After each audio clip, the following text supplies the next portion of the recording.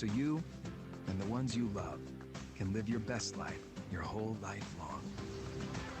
Take good care, Arkansas. College dreams come true at the University of Central Arkansas, especially now with the UCA commitment. This new program provides a debt-free pathway for tuition and fees for Arkansas students whose families earn $100,000 or less a year. And that impacts everything. It's fewer barriers and endless opportunities. Welcome to Bear Country. Learn more about the UCA commitment at uca.edu.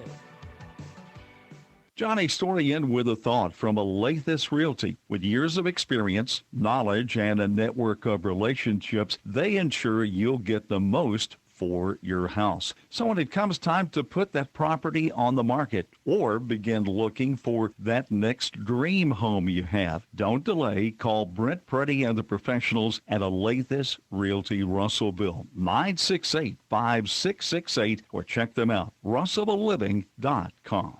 Friday night in Arkansas means game day for young men who have been dreaming of this season since elementary school and their coaches who have prepared them. Championships will be won on the gridiron. Some hearts are sure to be broken, but all the athletes will learn valuable life skills about teamwork and hard work.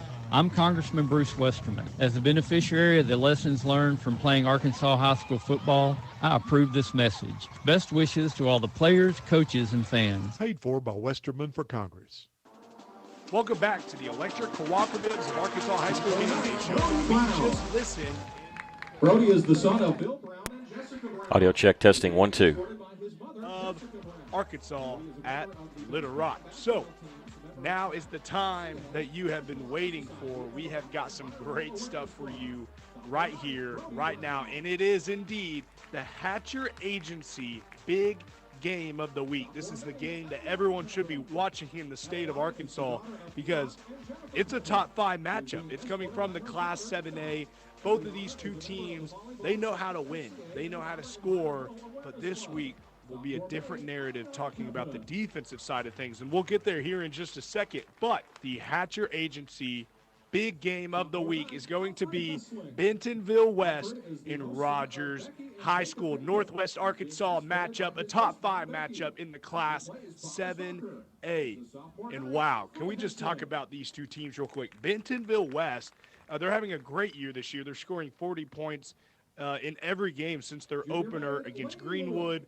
They also have kept their opponents to less than 2 scores in the past 4 games, which is really... We welcome you if you're joining us here on the Cyclone booth. We'll be having our radio join us here in just a little bit. We'll have a pregame show that's on KCJC 102.3, and you'll be able to hear Coach Dave Wheeler with the pregame coaches show.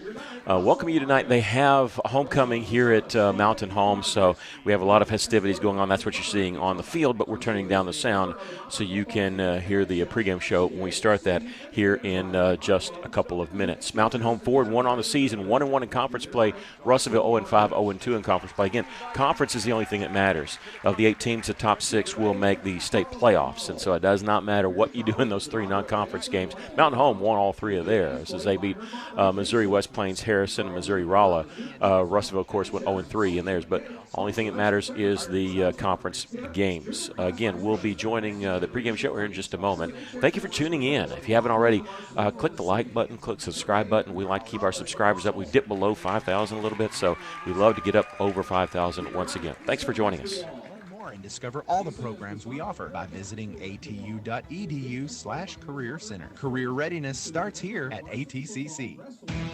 Russellville Cyclone football is brought to you on River Country KCJC in part by Nice Campers, Ritter, First State Bank, by Alathus Realty, Congressman Bruce Westerman, Arkansas Tech University, Chicken Mart by Union Bank, River Valley Tinting and Glass, Huntington Learning Center, Arkansas Valley Farmers Association, Arkansas River Valley Heating and Air, Feltner's Athletes Corner, Arkansas Beauty College, Phil Wright Autoplex, Arkansas Tire and Auto, Gene Simple Treats, Russellville School District, Sorrel's Body Shop, Honda of Russellville, Chambers Bank, R&R Express, Stella Manor, and by Dr. Blaine Leeds DDS. Russellville Cyclone football on River Country KCJC.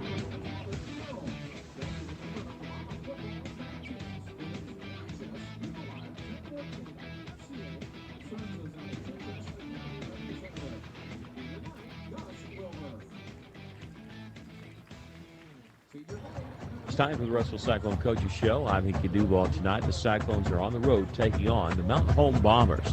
Both teams are coming off losses. Russellville at home to Greenwood, and the Bombers lost on the road at Shiloh Christian 55-41. The game was tied at 41 with 8 minutes left before Shiloh Christian secured the victory. Cyclones are in the middle of facing 3 of the top 5 teams in Class 6A. We'll take a break and come back. We'll hear from Cyclone head coach Dave Wheeler about tonight's matchup. This is Cyclone Football Coaches Show on the EAB Sports Network. Are you working hard to feed your family on a budget? Visit Chicken Mart to get all your Crispitos, pizza sticks, restaurant quality chicken nuggets, strips, wings, and fries all in one stop, and lots of opportunity purchases that are so good they may never come back. Check out Chicken Mart in 2 convenient locations before you go grocery shopping and see what they have for your family. Chicken Mart's been serving the River Valley since 1983 and still going strong. Visit 1808 South Arkansas Avenue or 106 Weir Road in Russellville. Chicken Mart, your chicken and more store. At Union Bank in Russellville, we're not just your bank, we're your neighbors. We know your name, your story, and we're here to help you write the next chapter. Big banks treat you like a number, we treat you like family. Our Union team is right here with you, local, trusted, and always personal, offering a wide array of accounts designed for your lifestyle and with all the latest digital banking tools. Union Bank. Come see us downtown in the 500 building. Jason McGee and Jeff Smith are rooted in Russellville and focused on you. Union Bank. Member FDIC. Welcome back to the Cyclone Football Pregame Show. We visited with Cyclone head coach Dave Wheeler and asked him not just about facing Mountain Home, but that long drive up the mountain and how you deal with that as a football team. We try to manage it. You know, when you talk about that long of a road trip, we try to break that up and stop at a couple different places to get them on and off the bus, get their bodies moving so they don't stay in one spot like you're not sitting there lethargically in a bus where it's, you know, the air conditioner's running. You and I both know it's still hot in there, so their bodies are hot. You know, so we'll stop after about an hour and a half, and we'll do some run throughs, and then we're back on the bus. We'll drive up there and go farther and get closer, and then we'll stop again. And like there's a kind of a cool visitor center up there at Bull Shoals Dam. And we'll let them out and kind of walk around up there, let them just kind of mess around, look at stuff up there for like 45 minutes. So just to get them on and off the bus, that's the big thing, is get kids to moving, get their bodies moving. And so we're going to try and do that. Once we get up there, and then we'll do pregame meal and have a restaurant up there and go through the process. But the biggest thing when you take long trips like that, and I learned this when I was coaching college, when you take those 8 or 9 hour bus trips, you got to stop a couple different times to get kids on and off the bus. So. Yeah. You've said this kind of before, and I hope you don't mind me asking again, but you've said that athletes are better when they break a sweat earlier in the day. Am I getting that right? Yeah, that's just, you know, years of science and exercise physiology and people that study that stuff, and really it comes from research, comes from the Olympic coaches, the coaches that coach the Olympic sprinters is where this whole thing came from, and it's based off of what the research they've done and how to get their fastest time out of their sprinters, and breaking a sweat and doing a full speed deal, you know, so many hours before the event. They have proven that the fast twitch fires more, and it's a long, you know, you can get into the weeds as far as the exercise physiology of it, but basically breaking a sweat and making your heart rate go up and breaking a sweat really helps you be more twitchier when it comes to game time, as opposed to not doing anything all day long. It's just one of those things that over years of time and years of doing research, that's become the main thing, and so that's what we try and do here. Is taking that long trip something you address with the team during the week? Yeah, we started talking about it on Monday. Mm-hmm. You know, it's just, and some of the older guys, you know, the seniors, all have taken this trip before when they're sophomores, so they've been up there before. But you know, it's just different. And I think football is different from the standpoint than baseball. You know, and football is different than basketball because it's a physical contact sport. It physically drains you to play the game. You get physically tired by pushing and driving on people, especially your O-line, D-line guys. So that part of it, not being lethargic, not getting off the bus after 3.5 hours and moving around slow, I think all those things play a factor more in the game of football than they do other sports. So, and I still think it's hard on other sports too, but I think it's just especially hard on football guys if you just get on the bus and drive up there and get off the bus and go play a game. I think it's just very, very difficult to do. Is it unfair to say that Mountain Home's offense can be methodical at times? No, I'd say that's probably the most fair thing you could say about it. They will lull you to sleep because they don't look like they're doing much, and it's crazy. And they do very simple stuff, but like the receivers, when you watch your receivers, they don't come off the ball fast. They run slow routes until they make a break. They start off slow, and then once they make the break, they accelerate into the break. They accelerate to where they're going. So I think they do that to try and get you to react slow. You think you got them covered, and you think you're in front of them. All of a sudden, they're bursting in front of you, and now you're trying to play catch up, and it throws you out of rhythm. I don't know this. I've never talked to them, but I think they get that. I think they've talked to the PA coaches. That's what PA does, and they're really good at it. They're really good at coming off and then accelerating into the breaks and then catching it on the run. And I think that's why PA does it. They try and get the receivers to catch the ball running full speed as they're catching it. So they start off slower, and then they accelerate into their breaks and accelerate to the ball. I think Mountain Home does the same thing. Mountain Home's homecomings this week, your homecomings next week. Is it true that teams sometimes don't perform as well on homecoming, or at least initially? Yeah, we fight that here. Just because there's so much going on all week, and just mindset, and just even the day of it, and you got all the pep rallies and all the crap going on. The seniors coming down here and they get dressed and they do the walkthrough. There's just a lot of things going on other than the game of football. To me, it's a struggle for young guys at that age to be prepared physically and mentally more than anything. At 7 o'clock at kickoff, it's hard to get them back in when they get back down here late in the afternoon. They got to put all that aside and get back into what we're doing, and it's not easy. It isn't. That's Dave Wheeler. We'll take a look at the 6A West when our pregame show continues. Why trust River Valley Tinting and Glass? Well, River Valley Tinting and Glass is a family-owned business, and they take care of their customers like family too. So remember, your local auto, residential, and commercial glass and tinting company, River Valley Tinting and Glass. Check out their work on Facebook or call 890-5839 to get an estimate. Or you could always come by 2202 East 2nd Street to see all they can do for you. From a business you can trust, River Valley Tinting and Glass. It's John here at Huntington Learning Center in Russellville, and I'm excited to share how we're making a real difference for families right here in the River Valley. Parents are saying things to us like, my child is finally excited to learn again. Whether your student needs to catch up, stay sharp, or boost a good ACT score even higher, Huntington's personalized programs can help them thrive. Call Huntington Learning Center at 1-800-CAN-LEARN or visit huntingtonhelps.com today. Welcome back to the Cyclone Coaches Show. Other than the Cyclones losing to Greenwood and Shiloh Christian bouncing back to beat Mountain Home, in the 6A West last week, Van Buren shut out Siloam Springs 38-0, and Southside defeated Lake Hamilton 49-44. In the standings, after 2 weeks of conference games, Greenwood and Van Buren are both undefeated at 2-0. Lake Hamilton, Mountain Home, Shiloh Christian, and Fort Smith Southside are all 1-1. Russellville and Siloam Springs are 0-2. The top 6 of the 8 teams will move into the playoffs. Tonight in the 6A West, Greenwood hosts Siloam, which looks like a very easy victory for the Bulldogs. Shiloh Christian is at Fort Smith Southside in a battle of 1-1 teams, and Lake Hamilton travels to Van Buren. Cyclones would love to spoil the homecoming for Mountain Home. Coming up next, we'll check in at Bomber Stadium in Mountain Home. This is Cyclone Football on the EAB Sports Network.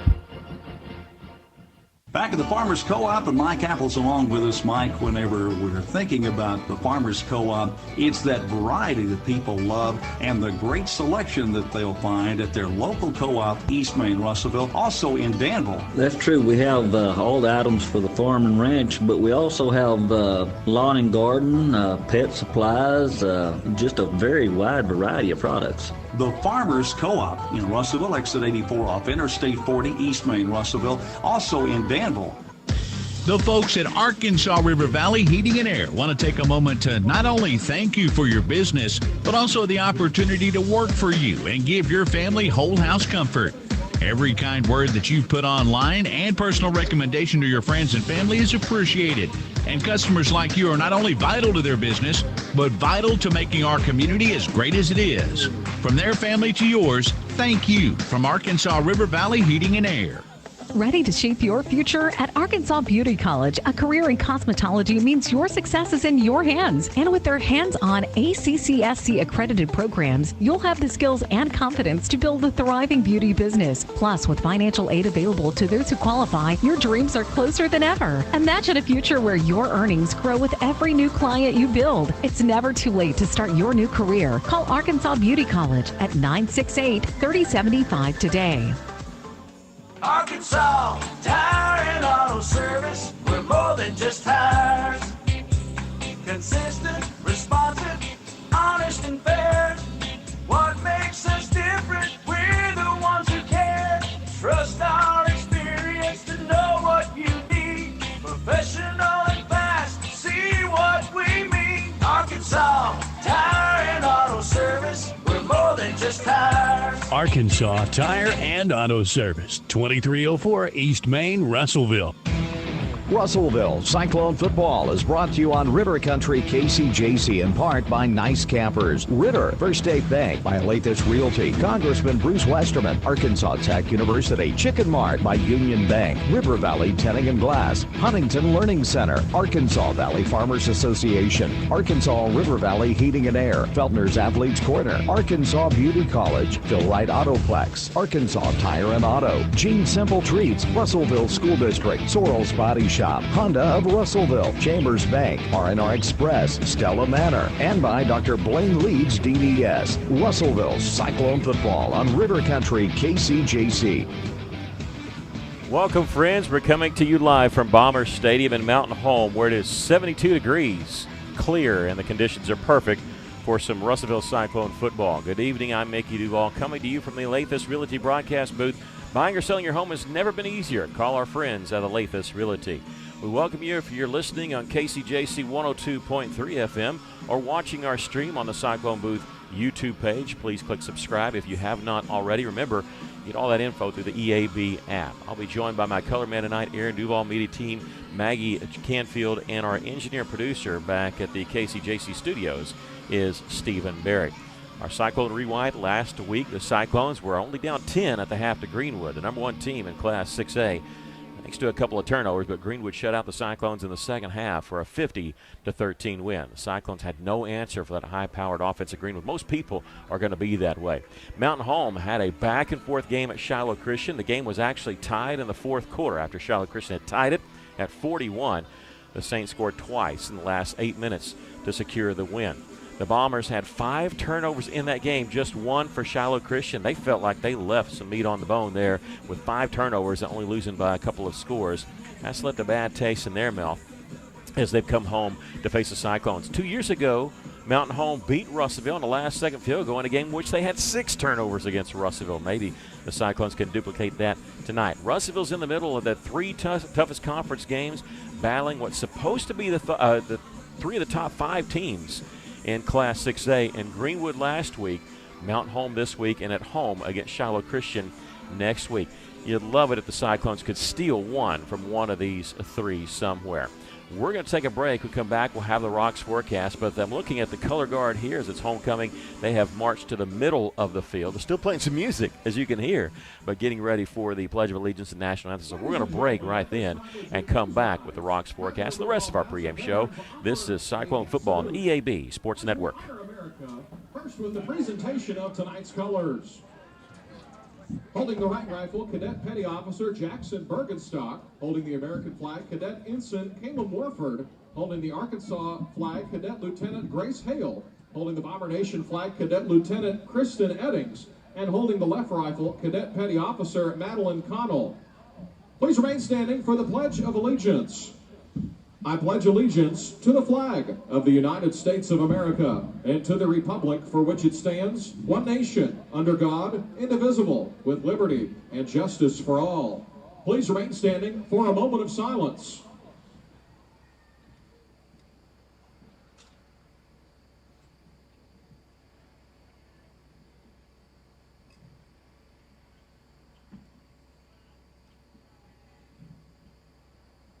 Performing tonight's Star-Spangled Banner, the Mountain Home High School Marching Bomber Band.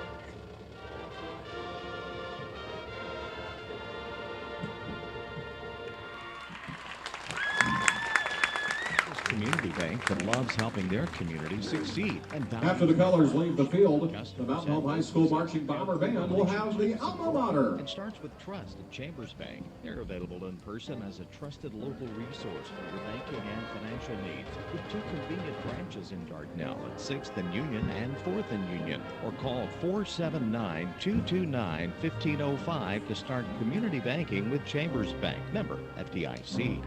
The scariest thing lurking in the dark isn't monsters. It's rising prices.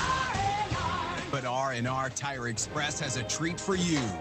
That's right, R&R is reducing your payments by 25% on anything in the store. We know prices are high and wallets are stretched. So now's the perfect time to get the wheels you want and the tires you need. For a free quote, text the word tires to 43414. Welcome back to Bomber Stadium on the campus of Mountain Home High School with the Alathus Realty broadcast booth. Buying or selling your home has never been easier. Call our friends at Alathus Realty. The Cyclones of the Bombers, Game 3 as far as conference is concerned. And I look to my color man, Aaron Duvall, the Rocks forecast. What's your forecast for tonight? Well, we're facing a very strong and balanced team tonight, and they have a good quarterback who's averaging about 15 yards every completion. He can run some, and he's averaging about 6 yards a carry. They have a strong runner, number 5, Miller, who's averaging 8.2 yards per carry. There's 3 things I think that we've got to do tonight to come out with a victory. First thing, we've got to control the clock. Marcellus is averaging 6.5 yards every time he touches the ball. Sam Callahan is averaging about 7.5 yards. We've got some good runners there. Second thing, we have got to complete some short passes. This helps us with our running game. It helps to control the clock. It helps to control the flow of the game and move down the field. And then I think the third thing we've got to do, we've got to stay away from penalties. Our last game, I think we had 14 or 15 penalties, and it really hurts, especially on offense.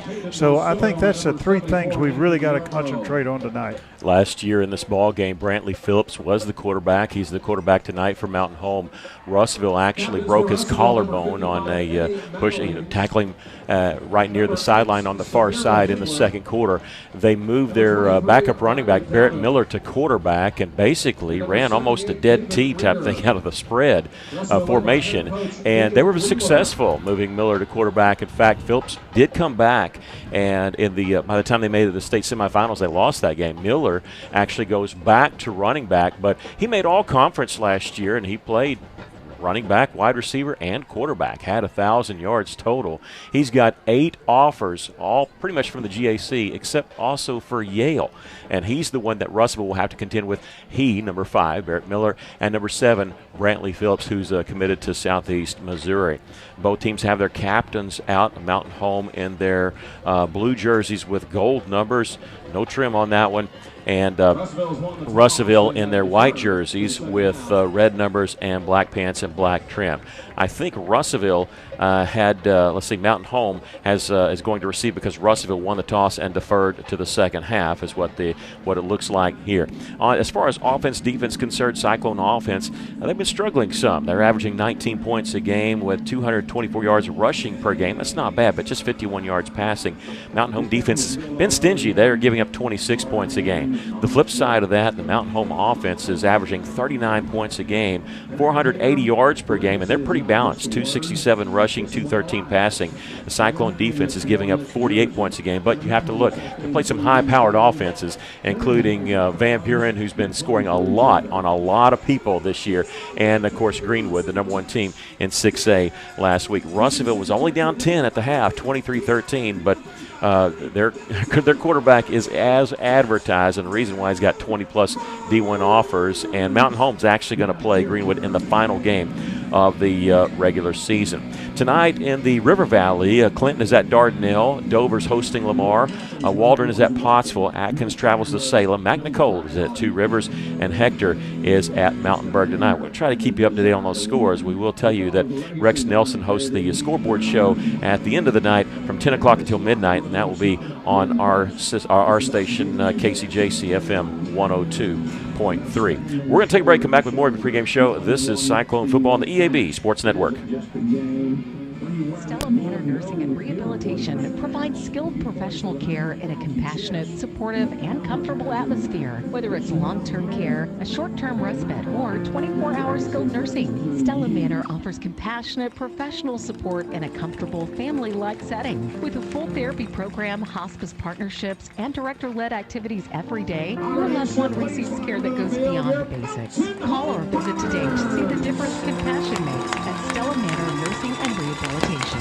Hey everybody, Dr. Blaine Leeds here down at the dental office. We're located at exit 58 in Clarksville at 1204 South Rogers. We're also welcoming Dr. Justice Williams, who's now placing implants and handling lots of our surgeries for us. Our outstanding new associate. Welcome back home, Dr. Justice Williams. Give us a call today, 479-97-SMILE. That's 479-977-6453. Dr. Blaine Leeds. Live, love, smile.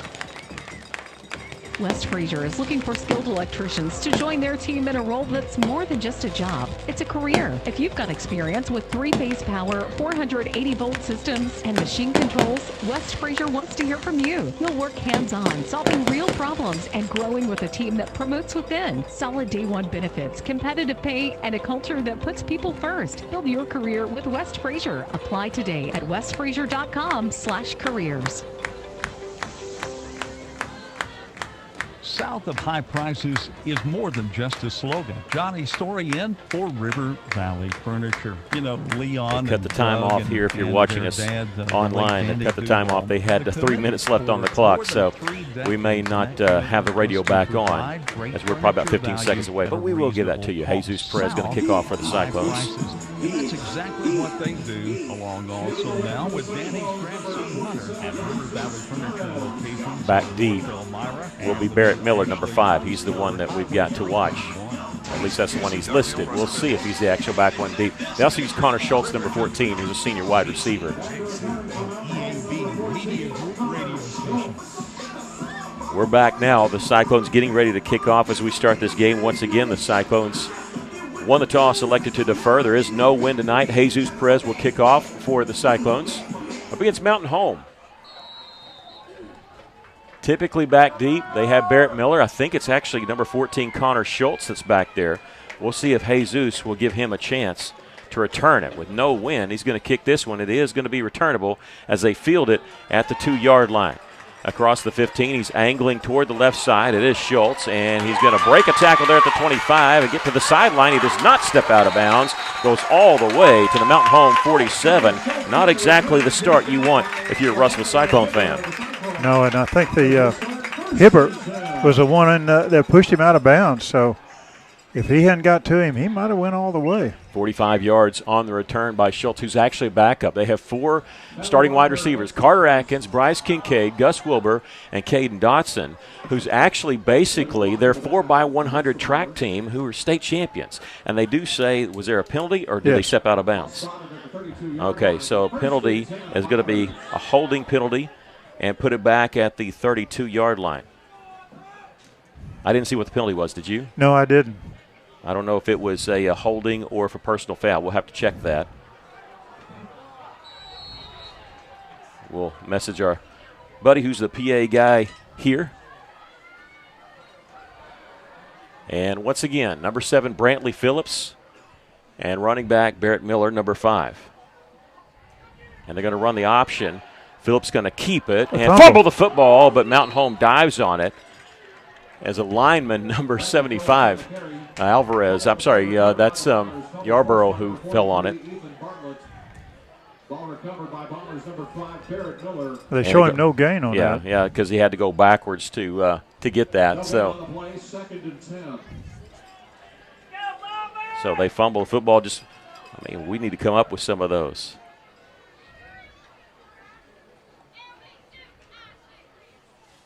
It'll be 2nd down and 10, back to pass, and no, it's a quarterback draw all the way. Russellville hit him in the backfield, but he just keeps going. He makes it back to the line of scrimmage. Good pursuit by the Cyclone defense there. It really was. They tried to spread out that defense, but Russellville caught up with him, and that was number 5, Thompson, that hit him around the ankles and brought him down.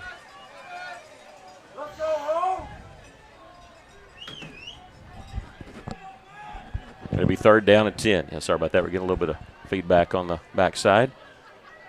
3rd down and 10. Cyclones did get off the field on 3rd down. They're going to throw it, and it's going to be over the head of Carter Atkins. I tell you what, he jumped up to try to make that connection, but that's a dangerous spot to jump up for a wide receiver because usually you get hung out to dry. Well, we had good coverage there. Again, number 5 Thompson was there, and a couple of others.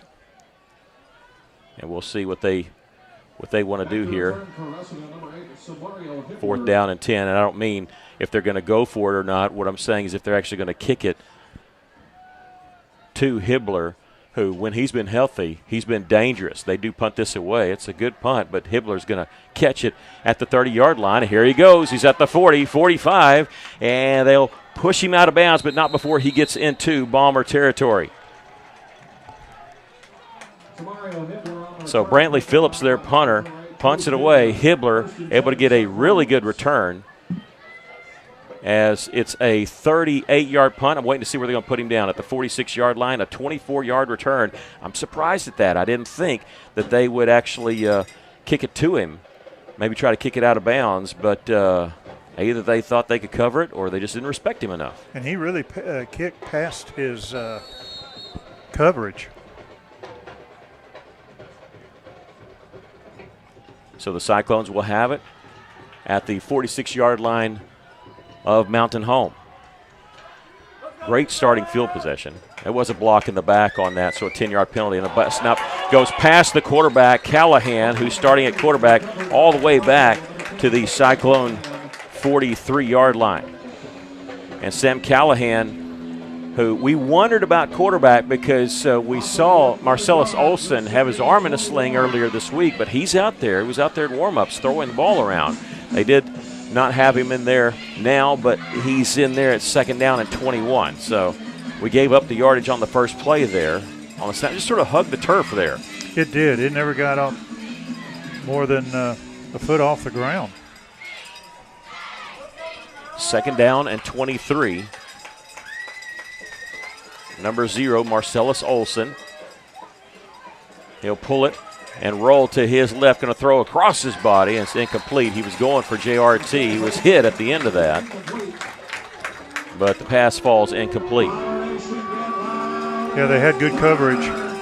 Had 2 people out there. It's been hard to thread the needle on that one. Yeah, Ross Thompson was the target. He's got 6 catches on the season. And Russellville just looking to try to get some of that yardage back. They get 21 yards for the first down. You hate that because they were set up beautifully by the punt return, but maybe they can get enough here to make it interesting on the call. They have 2 wide receivers to each side. 9:35 left to play here in the first quarter. We have no score. 3rd and 21 for Russellville. Olsen looking left, nothing there. He's going to tuck it and run, and they're going to grab him by the jersey and push him back. They should give him forward progress to about the 46-yard line just to pick up a 3 on the play. Well, if they wouldn't have grabbed and hung on to that jersey, he had a little bit more open room. I think he could have probably gotten 5 or 10 more yards, but a 3-yard pickup, making it 4th and 18. Russellville's going to have to punt the football away.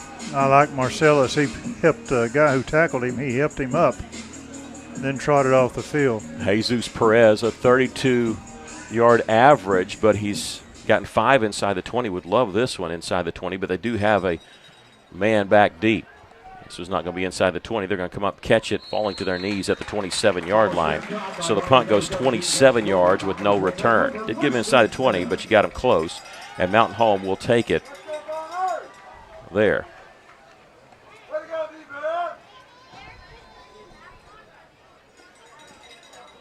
Well, we had a good first series. Now we just got to get 3 more and get them out of there and get that ball back to the offense. 8:52 left to play here in the first quarter. We have no score.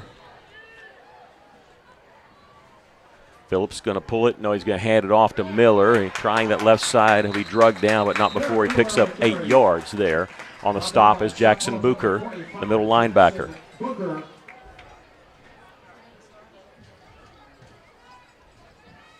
Very close to a first down. Miller again ran quarterback most of the year last year out of necessity. He got 9 yards. He'll get the first down here, and he's at midfield, stiff-arming a man, stepping out of bounds. Barrett Miller showing why he was all-conference selection, even though he played 5 different positions. I say that positionally. He actually played 3 different positions in wide receiver, running back, and quarterback.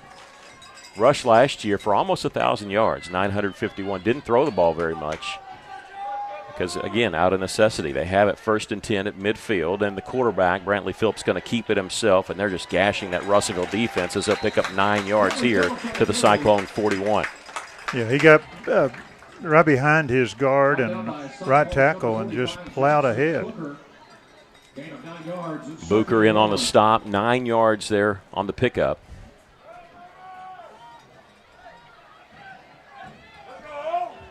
It'll be 2nd down and 1. Phillips will hand off to Miller. Trying to go left side, Russellville. A good pursuit, but he's going to get the 1st down before he being pushed out of bounds. He has enough for the 1st down. Russellville had him like trying to string that out to the outside. Looked like we might have a shot of stopping him for a loss of yards on the play, but to get the 1st down anyways, he gets to the 37. A pick up a 4 on the play. Well, you can tell right now Miller's a very strong runner, and he has the speed. 8 minutes left to play here in the 1st quarter. We have no score, but the Bombers on the move. And just as I say that, we're going to have the 2nd penalty of the game. This one will be the first one on the Cyclones. It'll be an offsides penalty. It'll be 1st down and 5 for Mtn Home. Offside, so you stop the play immediately. You don't get a free play.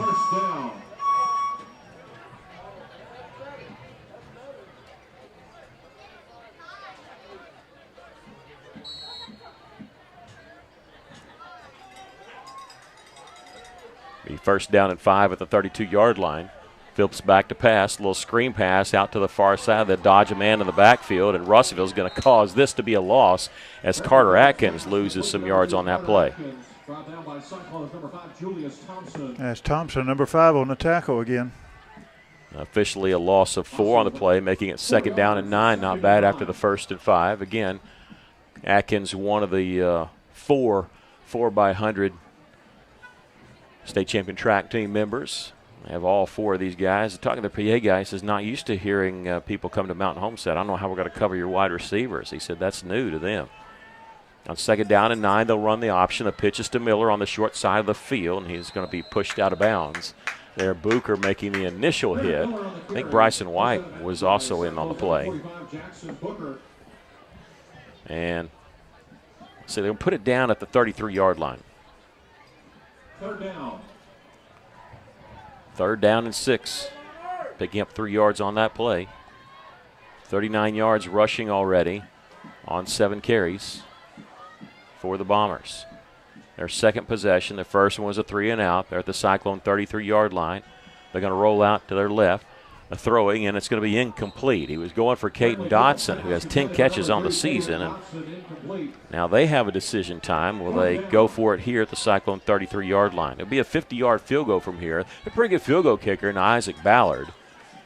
But this is not in his range. And the quarterback, Brantley Phillips, is the punter, and there really was no decision. They didn't think about it at all. Looks like they're going to punt.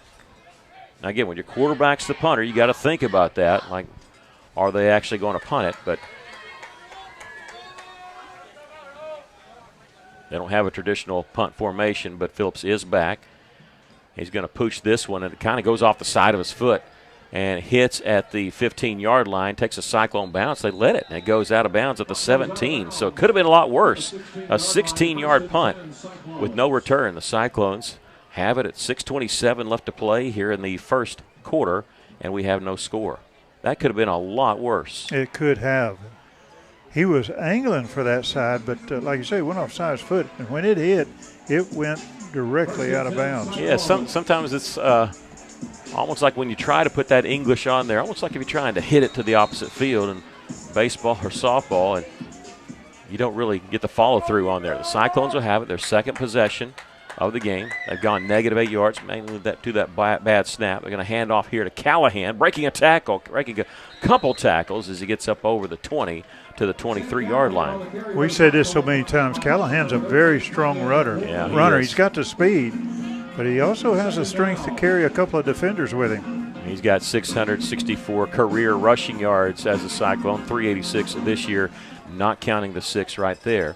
Russellville shifting around on offense. They'll move 3 wide receivers to the right side on 2nd down and 4 from the 23. We have no score. They're going to run it to the left side. Marcellus Olsen, and he's swallowed up. He'll lose a yard or 2 on the play. A helmet pops off. That's Marcellus Olsen's, and he'll have to come out for at least 1 play. He had that problem last week when he had 4 times, I think, his helmet came off. They give him a loss of 1 on the play. So Russellville looking at 3rd and 5, and they're going to have to, whatever they do it without Marcellus Olsen. And they've had JRT at quarterback before, but it looks like they're going to go with Callahan. And the running back is Luis Perez in the backfield. Callahan going to keep it on the quarterback draw, and he's got the first down across the 30 to the 33-yard line. Pickup of 11 on the play. 5:07 left to play here in the first quarter. This is the kind of game Russellville wants to play. Grind it out, take your time. Russellville back on the positive side. Again, they lost a lot of yards on just a bad snap on their first series, but defense playing pretty well with 2 stops. And the offense grinding out some yards. They're going to keep Olsen out of the game, at least for another play, but switch quarterbacks. This will be Jeremiah Ross Thompson, number 15. He usually runs out of the Wildcat package. In motion is Callahan. They're going to give it to Callahan on the sweep. He'll turn it up, and he'll get positive yards across the 35. They're running to that left side, that offensive line. Yeah. They may have found a weakness over there in that Bomber defense. Well, it's such a strong area over there with Carson Harris, the left tackle, and Malachi Childers, the left guard. They are going to move people, and so I'm trying to wait and see where they put it down. Did they give him the 37 or the 36? Looks like they give him the 37, so it's a pick up of 4 on the play. We've I don't know if we got a timeout or not. We got an injured player. Oh, it's Callahan. Yeah. He's got his helmet off, but he's standing up over on that far side. I mean, he's almost out of bounds. He's that far over. Marcellus Olsen is over there checking on him, and now he'll lay down. I want to check some things out, and I can't tell. I can tell where he's hurt. He laid down, now he's sitting down. We'll tell you that next week it'll be homecoming for the Cyclones, as they'll be hosting Shiloh Christian, but all the homecoming festivities, and we have the Hall of Fame luncheon earlier in the day, and we've got 6 people going into the Cyclone Hall of Fame. Jalen Gibson, Cade Palmer, Kircher Herring, Allie Lara, Cade Shamblin, and Addie Stevens. And they will be honored at the luncheon. If you want tickets, you can still call the athletic office and reserve your seats. Of course, then they'll have the pep rally, the parade, and eventually the ball game, as the Cyclones will take on Shiloh Christian for just the second time in their history. Lost it last year, but it's a pretty good game, 46-21. Russellville racked up some yards and some points in that contest. This is the only 7th game they've had with Mtn Home, and you'd think they'd been playing them a long time because they play a lot in other sports, in golf, baseball, and basketball, but it's 3-3 is the all-time series, and we're actually going to highlight one of those, the very first one, on our trivia segment at halftime and also on our Cyclone history part. Callahan just now standing up, and he was standing up initially, and I wasn't that concerned, but he's walking off under his own power, but a very noticeable limp. And Russellville can, they've had so many injuries, not just in games, in practice, even this week, and they just can ill afford to get that. They're without Anthony Carrillo again tonight. I believe they said Jaron Brown is out, and now Sam Callahan. So it'll fall to maybe Luis Perez a little bit more, and also Jalen Foster. Of course, you got Ladarius Prince, who's also out. They're going to play action, and Olsen's in trouble, and he's going to throw it away. He did have a receiver in the area. That's Parker Jackson, number 13. It was important to get just to get it in the same area code as Parker Jackson, because that was going to be a big loss. And turns out there was no loss on the play, but 3rd down and 6 coming up for the Cyclones. Yeah, that was good defense by Mtn Home. Give them credit. They didn't go for the fake. The Cyclones struggling this year on 3rd down. They've only converted 26% of the time. Really would like 6 yards here just to continue to milk more time off the clock, give that defense as much a rest as possible. 2 wide receivers to each side as it's stacked. They'll turn and hand this one off. No, it's a screen pass, tipped up high into the air and incomplete. That had danger written all over it. They tried to go to Danny Brown on that far side. Incomplete, and the Cyclones will have to punt the football away. That was close to a lateral. Yeah, it was, wasn't it? When that ball went straight up, Mountain Home was right there to go after it. Well, Jesus Perez will be able to kick this one away with no wind. Maybe he can get some leg behind it. His long on the year has been 55 yards. Love to see that one eclipsed here. Mountain Home not respecting him that much. The return man is barely across the 50. They got 2 guys back now to be the return man. Perez will get this one away. It's a pretty good kick. It's going to angle towards out of bounds, hit at the 42, take a Cyclone bounce out of bounds, and they're going to put it down right at the 42-yard line and pick up a 21-yard punt. I was hoping it would stay in bounds to get more of that roll. But they did kick it away from their punt return team, and so the Bombers will take over. We have no score at their own 42-yard line with 4 minutes left to play in the first quarter. We're trying to keep up with their clock. They're doing some weird things with the clock. Sometimes they're not running it at all. Sometimes they're stopping it. 3 wide receivers to the left, 1 to the right. 2 to the right as Phillips has an empty backfield. He's back to pass. He's going to take a shot downfield and in and out of the hands to Barrett Miller, their running back. He was open and just a little bit too much on the pass. Russellville very fortunate there.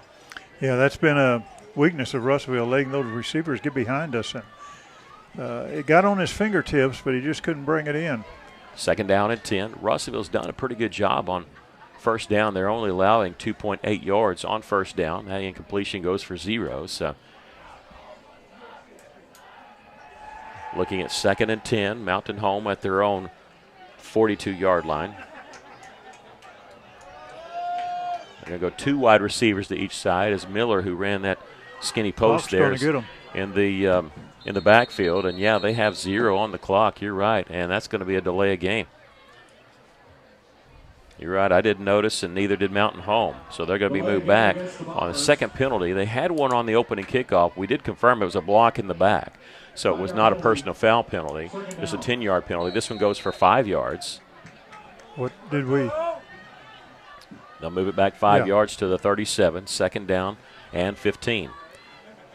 Different formation this time as Phillips back to pass. Screen pass out of the backfield is Miller. He's got it, and he's back to the original line of scrimmage. He stiff-armed a man, but as he turned and spun, there was Ethan Haney to lay the lick on him. Call him Jekyll and Hyde, and that's what, because he's a nice guy off the field, but he's not a nice guy on the field.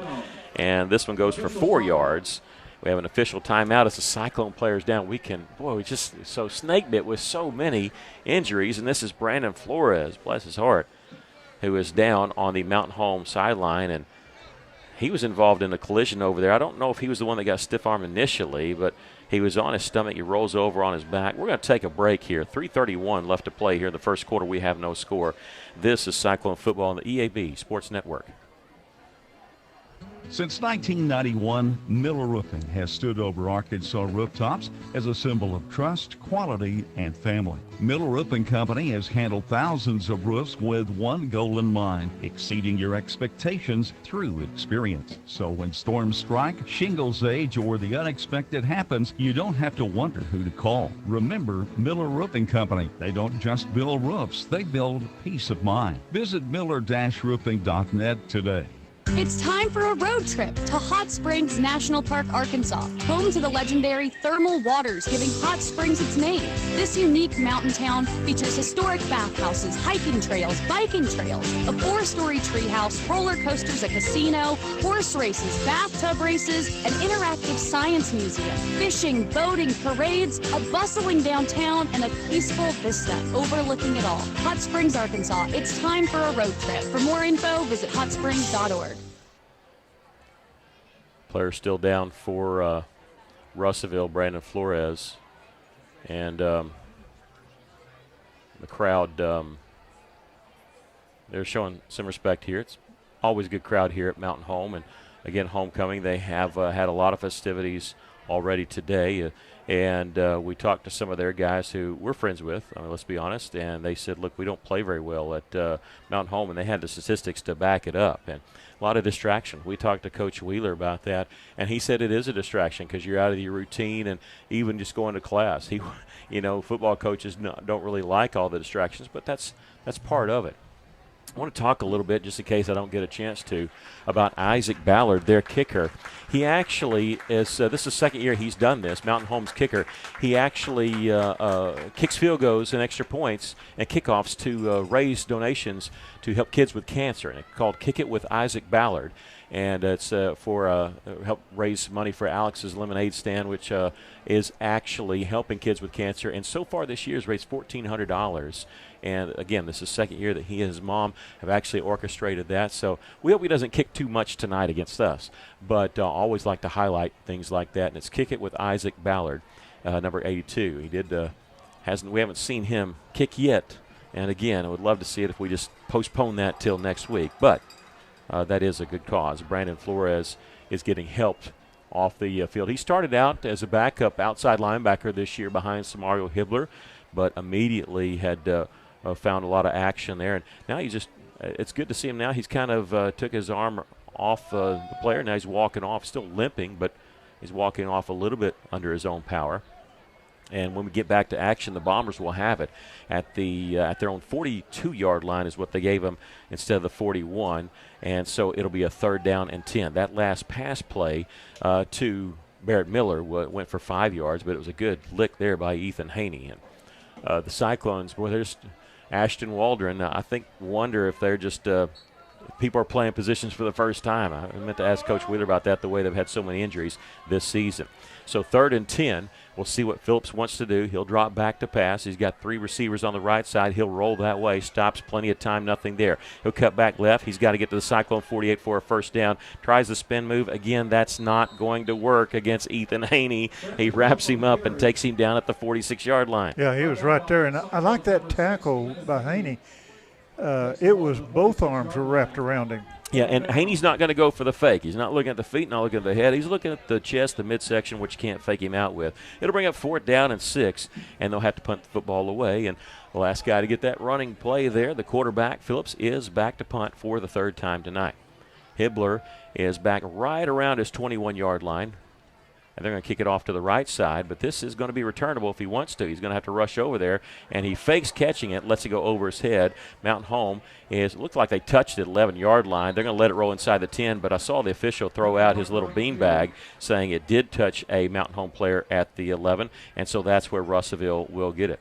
So it's a 43-yard punt with no return, and good job by Samario Hibbler. If you can't catch it, get away from it. And that's exactly what he did. He didn't like the angle at the last minute, just pulled up and let it go. The worst thing you want to do, or the last thing you want to do, is fumble it away. So yeah, the Cyclones looking at their 3rd drive. Go ahead. I was going to say, yeah, that's a smart decision he made. And he put a little fake with it, too, try to slow up the Mtn Home Bombers coming down there. Yeah, they were kind of caught in a different position. So we have offsetting personal foul penalty. So, and I never know whether to mark that as a penalty on both teams or just, if it's offsetting and don't. Because we've seen it marked off twice, and then we've seen it just offsetting like that. So I'm not going to count it as a penalty, and somebody can correct me if I'm wrong on that. There's only been 3 accepted penalties tonight, 2 on Mtn Home, 1 on Russellville. The Cyclones will have it 1st and 10 at their own 11-yard line, easily their worst starting field position tonight. Marcellus Olson is in there at quarterback. He's going to give it to the running back, and he'll get across the 25-yard line. Across the 15-yard line, as they had Samario Hibbler is what they said. Was it Hibbler? We've got another man down. If you didn't know that was bad, look, the quarterback, Marcellus Olson, just ran off the field. I think he was holding his left arm. And then Russellville also with Danny Bonilla, who is down on the ground, an offensive lineman, the right guard. So 2 injuries in one play. I'm looking at Marcellus Olson, who's run back to the training table to get looked at very quickly, while the offensive lineman Bonilla for the Cyclones is getting tended to right now, and he's laying down on his stomach. So we're going to take a 60-second break here. 2:21 left to play in the first quarter. We have no score. This is Cyclone football on the EAB Sports Network. College dreams come true at the University of Central Arkansas, especially now with the UCA commitment. This new program provides a debt-free pathway for tuition and fees for Arkansas students whose families earn $100,000 or less a year. And that impacts everything. It's fewer barriers and endless opportunities. Welcome to Bear Country. Learn more about the UCA commitment at uca.edu. Life's complicated. Your checking account shouldn't be. At Simmons Bank, we keep banking simple, with you in mind. Get paid early, avoid fees, bank from anywhere. Everything you need, nothing you don't. Choose your account and open online in minutes. Visit simmonsbank.com to learn more. Member FDIC. All accounts subject to approval. Restrictions apply. The love of football defines fall weekends, and in many homes, our families. But it's a demanding sport that can cause injury. That's why UAMS Health Orthopedics and Sports Medicine is on sidelines and in locker rooms for high schools and colleges across the state, ready to care for athletes with clinics in Central and Northwest Arkansas. UAMS Health, official orthopedics and sports medicine provider for Razorback Athletics and future Razorbacks all over Arkansas. Learn more at uams.health/team. Welcome back here at Bomber Stadium, the Lathis Realty broadcast booth. 2:21 left to play here in the first quarter, and we have no score. We have a injured Cyclone on the field. It's Danny Bonilla, and something you don't want to see is the air cast when it gets brought out, and we have seen them bring that out. We have not seen them inflated or anything yet, but again, that's not a good sign. Russellville has had so many injuries. They've already actually counting this one 4 tonight, but they had so many this year. We do want to give you an update on Lane Chisholm, who had shattered his ankle a couple weeks ago. I saw him. He was in good spirits this week on crutches in the practice facility, but the Cyclones just been it's been tough going, and they've got his pads off, and well, bless his heart, Danny Bonilla, the right guard for the Cyclones. So we're hoping that he is going to be okay. We'll give you some scores. Go ahead. Go ahead. I'll give you some scores. Greenwood is shutting out Siloam early first quarter score 14-0. The other scores in the 6A West are scoreless. Fort Smith Southside hosting Shiloh Christian, and Lake Hamilton against Van Buren. Both those games are scoreless. Both of those games in the first quarter. Dardanelle scoreless with Clinton. Dover is hosting Lamar tonight. Pottsville hosts Waldron. Atkins is at Salem, and Hector is at Mountainburg, which typically is a pretty good ball game tonight. Those are your games around the River Valley. Once again, the scoreboard show from 10 o'clock until midnight will be on KCJC 102.3. And you can hear the nice hand clap from the fans here, but he is taking off on a stretcher. He's sitting up, but like I said, when they said that air cast, you immediately think a foot, ankle, knee, leg, something like that. Never a good sign.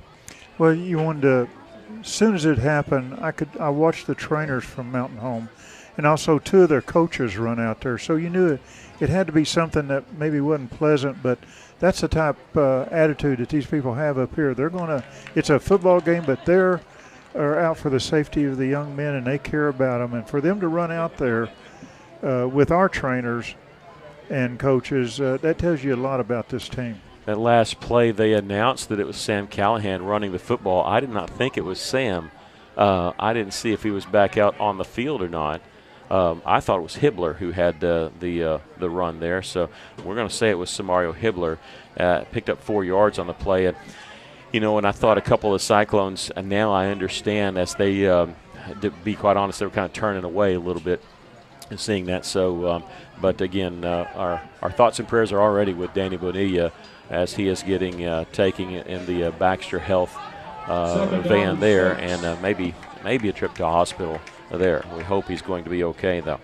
Second down and 6 is, boy, the tough part of football is you got to get back to action. That's just really tough when you see when your teammates go down like that. The Cyclones on 2nd and 6 are going to look with an odd formation. They have all 4 of their 5 offensive linemen out like in wide receiver territory. Empty backfield for Olsen. They're going to bring a man in motion. That's Hibbler, and I think Mountain Home was going to call timeout. No, before that we get a false start against the Cyclones on what might have been a trick play. 5-yard penalty will make it 2nd down and 11. They had 4 offensive linemen out where usually a wide receiver is, and they had a Hibbler behind them.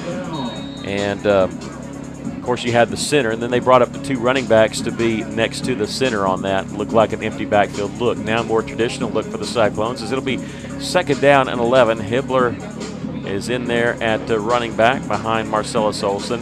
JRT, one of the receivers on the left side. He's on the inside. We have 2 wide receivers to the right side. One of them, Danny Brown, he goes in motion. He's going to lead block there as they give it to Hibbler, and he'll get across the 15-yard line, tackled at the 17. Good block by Danny Brown there in the middle. And I said good yardage. Yeah, I said Samario. It's Jaden Foster who got the run there. They put him down at the 17. So 3rd down and 4. Cyclones need almost to the 22-yard line for a first down. 2 wide receivers to each side. Man in motion is Brown once again. He'll go right side, but they'll run left side, and Foster gets across the 21, near the 22. I think he got the first down. Yes, he did. And he did not get it on the initial hit, but he kept his legs moving, and Foster got it. He sure carried that defense with him. Yeah, he sure did. The Cyclones have the first down at the 22-yard line. It's their 2nd first down of the game, 28 total yards, but they're grinding it out here. We have no score, final minute of the first quarter. This is played at the pace that Russellville would like to play it at. They're going to pull it from Foster. Olsen, nothing doing, so he's going to reverse his field. Nowhere to go, trying to make something from nothing. And, boy, he almost bounced that one to the outside. He was tripped up inside the 20. Pretty exciting negative 3-yard run. Well, he faked it to Foster, and that stopped the defense there for a few minutes, but there just wasn't nothing on that left side. I tell you, I don't think they're going for anything to the running back. I think they're going to go hit Marcellus Olsen whether he's got the football or not. And so you might for a while just not read it at all and just hand the football off. There's 15 seconds on the play clock and the game clock, so Russellville might have to snap this. I mean, I think it's synced up perfectly. No, maybe the game clock is about a half second. Russellville could let this run out if they want to on 2nd down and 13. Olsen, hard count. They just got Mountain Home to move with no time on the clock, and they are going to say it isn't offsides. And Mountain Home's trying to say that the time expired. No, they jumped in a neutral zone first, so Russellville will get 5 yards there. But we're going to take a break as we finish the first quarter of play. Russellville looking at 2nd down and 8. We have no score after 1 quarter of play. This is Cyclone Football on the EAB Sports Network. Power plus speed plus exhilaration equals the fabulous English sports car, the Lotus Emira. You want they're putting 1 second on the game clock, and Russellville may have to snap it here. And qualify for the drawing on We've gone to a break on our radio side, and they just announced they're going to put 1 second on the game clock, so Russellville will have to come out. Sounding automobile. It can be yours from Lotus of Nashville and Saracen Casino. Saracen Casino Resort, Vegas, Arkansas style. Gambling problem? Call 800-GAMBLER. Finding your place is more than just a location. It's about discovering. All right, your so purpose, 1 second left, and now they run it off the clock. Yep. Feels like home. I'll say they should keep the clock rolling. They sure did. Now it's after 1 quarter play. Lasting relationships and support the Red Wolves, both on campus and in the wild. Whether you're into research, the arts, healthcare, or maybe something else, there's a place for you at Arkansas State University. Find your place in the pack. Visit ace.edu to learn more. Well, while we were away on the radio side, they put 1 second left on the clock, had everybody come back out to line up, and then they started the clock. And so the time ran out without a play being made there. So kind of odd situation to do that. But now we're at the end of the first quarter. But we're going to keep it right here. We have no score, and pretty good first quarter for the Cyclones there. Good defense that first quarter, and seemed like Mountain Home just had a tough time moving the ball. And And, of course, I know they tried a couple of deep passes just off the fingertips, but a couple of those passes, he missed his receiver by quite a margin. And if he keeps doing that, hopefully we can pick one of those off. Coach Airy, Steve Airy is the head coach for Mountain Home, and he said he doesn't ever like playing Russellville because you never know what's going to happen in these type of games. He's actually in the Missouri Hall of Fame. He won 182 games by being a head coach at 3 schools in Missouri: Willow Springs, Mountain Grove, and Missouri West Plains. He's got a history of rebuilding programs, and he was actually hired as the Harrison Junior High coach, did that for a season, led them to an undefeated season. He was hired at Mountain Home, and actually they had lost 22 straight games when he took over, and last year won 10 games, and that was the first time they won 10 games since the 80s. Russellville looking at 2nd down and 8 as we start the second quarter. Bring a man in motion. That's Hibbler. No wide receivers to the left side. Play clock at 9. They're going to fake the handoff, keep it themselves, and this is JRT running with it, trying to bounce it outside, and he's going to lose some yards. Back to the 22 is where they give him his forward progress, so loss of 2 on the play.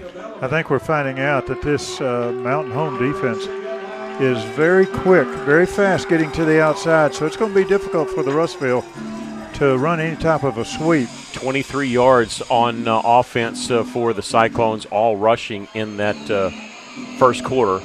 I guess 25 because I just took 2 yards off of that. So 23 for the game, but Mountain Home's not done much better, just 44 yards of offense in that first quarter.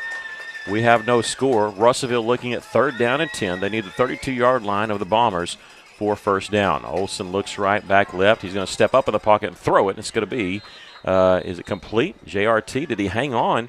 And they're going to say no. I was waiting for an incomplete or a caught signal, and the official right there picked up the football, but official on the far side said incomplete, so it'll be 4th down and 10. That's just the 4th attempt for Russellville passing. They have not completed one yet. They're going to look at punting football here at their own 22-yard line at 4th and 10. One player back deep for Mountain Home. That's Carter Atkins. He's back right around midfield. Jesus Perez will get this one off. It's a wobbly spiral, and they're going to come up and take it as they slide, catch it there, and that was not Atkins. That was actually Gus Wilbur, and they'll have it in Russellville territory as it gets to the 42-yard line, just a 20-yard punt with no return. Good field position for Mountain Home. Yeah, and they did put a good rush on our kicker. Might have hurried that kick just a little. Mountain Home with possession here as they have it at the Cyclone 42-yard line. They've had 3 possessions so far. All have ended in punts. So they are not a team that likes to go for it on 4th down. They've showed that. But before we get a play started here, Russellville going to call timeout. We'll take a quick break. This is Cyclone Football on the EAB Sports Network. Timeout, Russellville. My primary care provider helps me make better decisions about my physical and mental health. They're the first person I talk to if I have any questions about infections, medications, or any other health concerns. And most insurance companies don't charge you for having annual wellness checks. With them, I have the help I need to stay on top of my health game.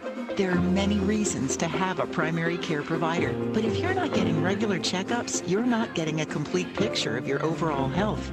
Visit chistvincent.com to find a primary care provider. Welcome back to Bomber Stadium. We're in the Elathis Realty broadcast booth. We have no score, 11:02 left to play here in the first half, but the Bombers starting this drive at the Cyclone 42-yard line after the 20-yard punt by Russellville. It's been a field position battle, and the last couple times Russellville started deep in their own end, inside the 20 on this last drive, and the Bombers with their best starting field position here. How about a turnover? They fumbled once, but they fell on it on their first drive. Back to pass is Phillips. He's going to roll to his right, eyes downfield. He's going to tuck it and run. A crackback block there as they step out of bounds, which is, step out of bounds at the 36-yard line. I don't think that was legal there, but they're going to giving him, how much are they giving him on the run? They're going to go quickly here as they get to the 36-yard line, 6 yards on the rush, 2nd down and 4. This will be a handoff to Miller. They're going with tempo here, and he spins his way inside the 30 to the 28-yard line. They've figured something out against Russellville. Russellville does not like it when teams go fast here. They're going to go 1st and 10 at the 28-yard line for the Bombers. I don't know if they were set there. They're going to bounce this one outside. We have a flag fly. I don't think Mountain Home was set. He's going to go down the sideline into the end zone for the touchdown, but I think this one may be coming back as they shoot streamers in the air, but Mountain Home was not set. They had 2 guys moving, one on the far side, one on the near side. This one's coming back. They can go fast, and that hurts the defense, but not when you don't get set. So, yeah, then the officials here have the headset on, so they don't have to huddle, but I think they're going to huddle here just to make sure. I can see the white hat fixing something in his ear. Some of the officials have that now where they can talk to each other, and they're going to talk about this one. It was a touchdown, but I tell you, the guy on the far side, the official did not signal touchdown, and so I think they're going to talk about it now if it is a touchdown. We're going to wait and see. I think they're going to give a touchdown. Okay, they'll say illegal participation. Russellville had too many men on the field. They had the guy I didn't think was set here, but they will give him the 28-yard touchdown run. Barrett Miller carries it in. They go tempo, and it hurts the Cyclones there. As they go quickly, they cover 42 yards in just 3 plays, and they were all running plays.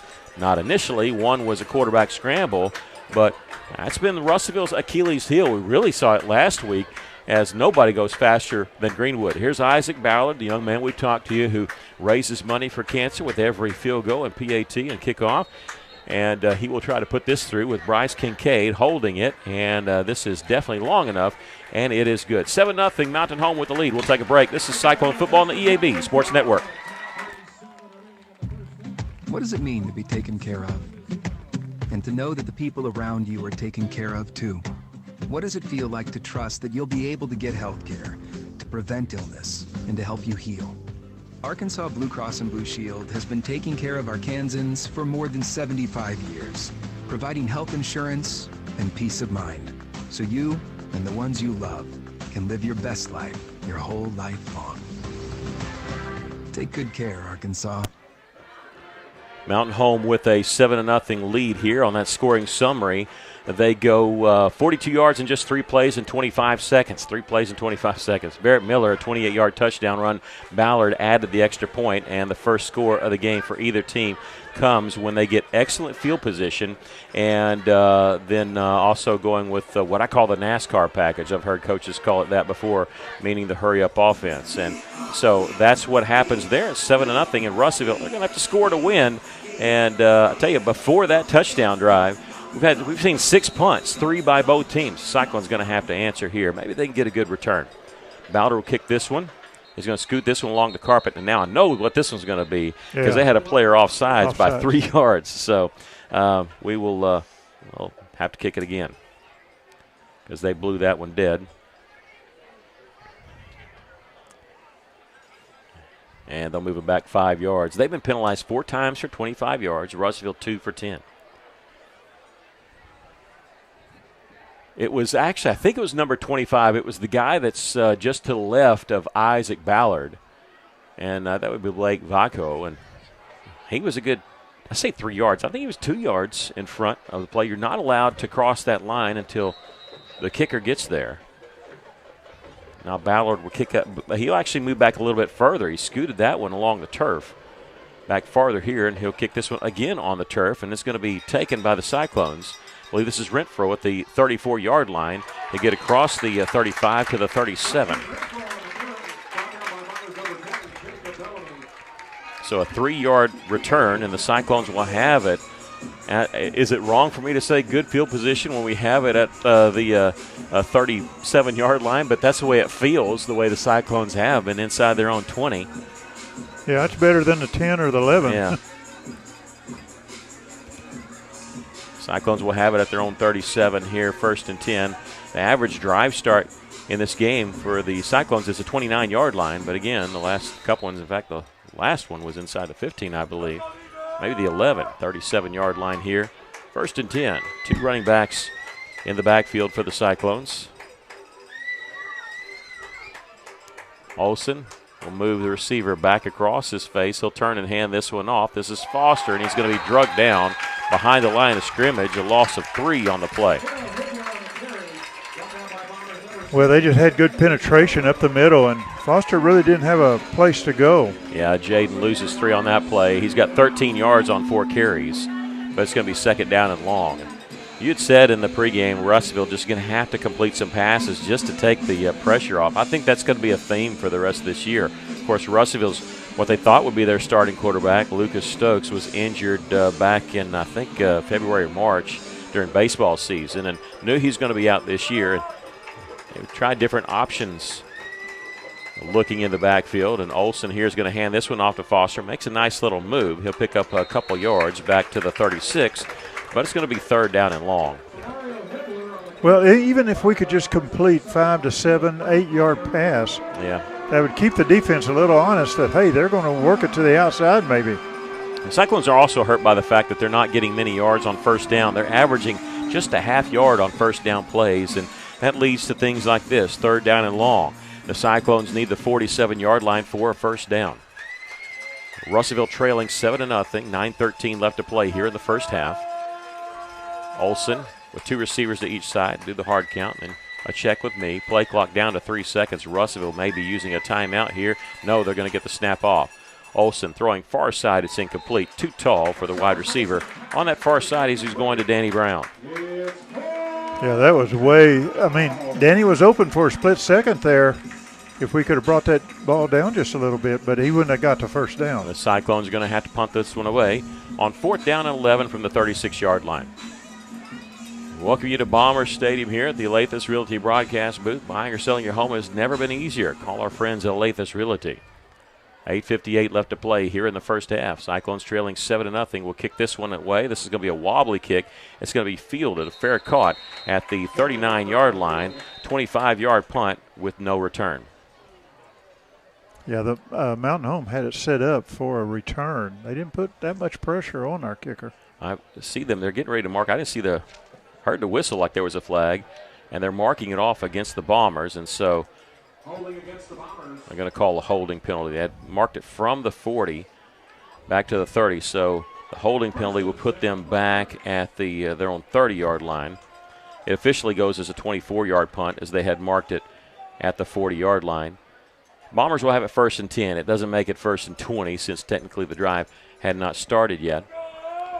But we'll see if they go with the NASCAR package again. It worked with 3 plays, 25 seconds, a backwards pass here to Miller. This is technically a run. He's got a lot of room. We have 2 flags down. He's going to get down the sideline, and this one may go the distance. We'll see if it stands the flag. There's a flag back at the 30-yard line and also at the 45-yard line in the secondary. So the flags are a good 25 yards away, and this time Mountain Home's coming back. I think they're expecting this one to go against them.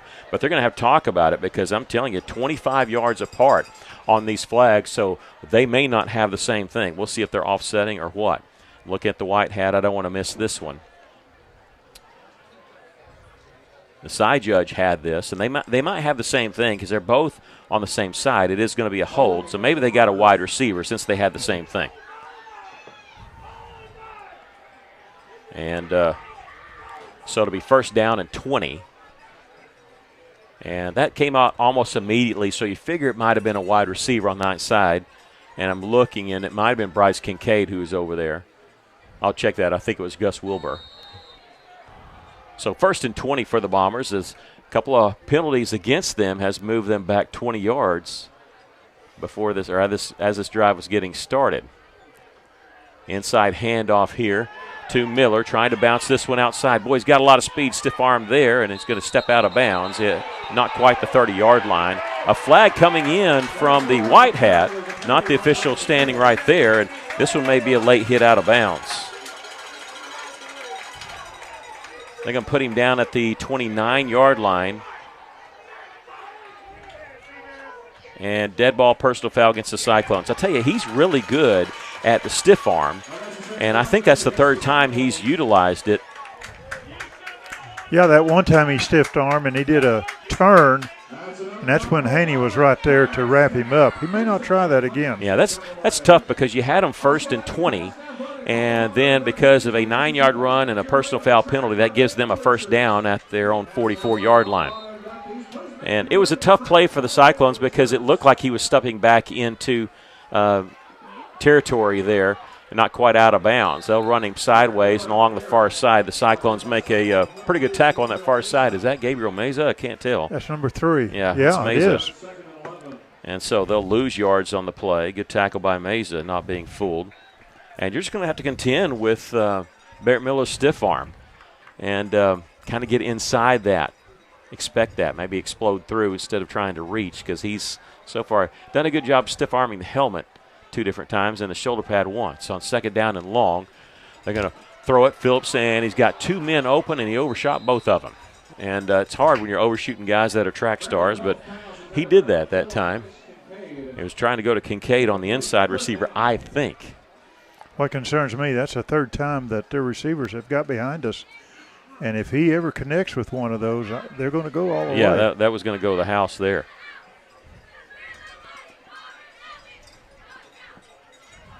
They're actually using a backup wide receiver a little bit more, Tade Cudworth. But on 3rd down and 11, Phillips back to pass. He's going to be flushed out of the pocket, nowhere to go. He's going to heave it downfield, and it's incomplete. Kincaid, they had pretty good coverage on Kincaid. He kind of came free, but it was a bad pass if they're going to him. And again, the quarterback, Phillips, was just trying to get rid of it. He bought himself some extra time, but great pursuit by the Cyclone linebackers and defensive line to bring up 4th down and 11. It was, and again, it was good coverage, good tight coverage. I'm a little bit surprised that they go that NASCAR quick package, handed the ball off, they score quickly, and then they went to more of the punting the football away here after they were passing. We may see that next time they get the ball, though. And the flag flies. He does punt the football away. Marcellus Olsen's back there fielding at the 20-yard line. Nice little move. And he'll stutter step around the 25 and then get driven out of bounds shy of the 30, but we're going to have to check to see the penalty flag.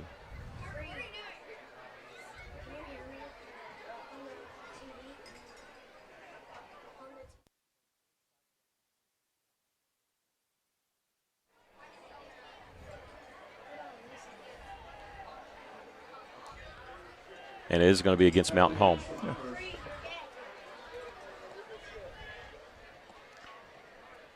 I didn't see what the call was, but I saw it was against Mountain Home. Illegal shift, I think. All right. Line of scrimmage was the 43-yard line.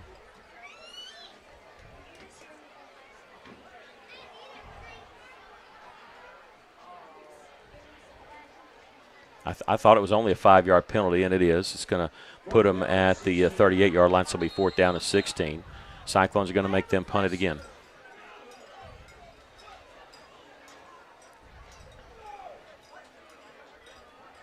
Mountain Home's having to run somebody else on there. They're man short. They had 10 guys out there.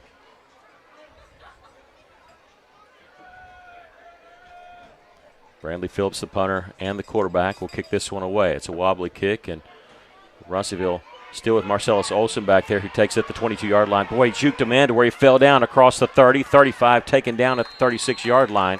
Again, helmet pops off as they piled on top of him there. And let's see, a 40-yard punt. If they give him a 36, it's a 14-yard return.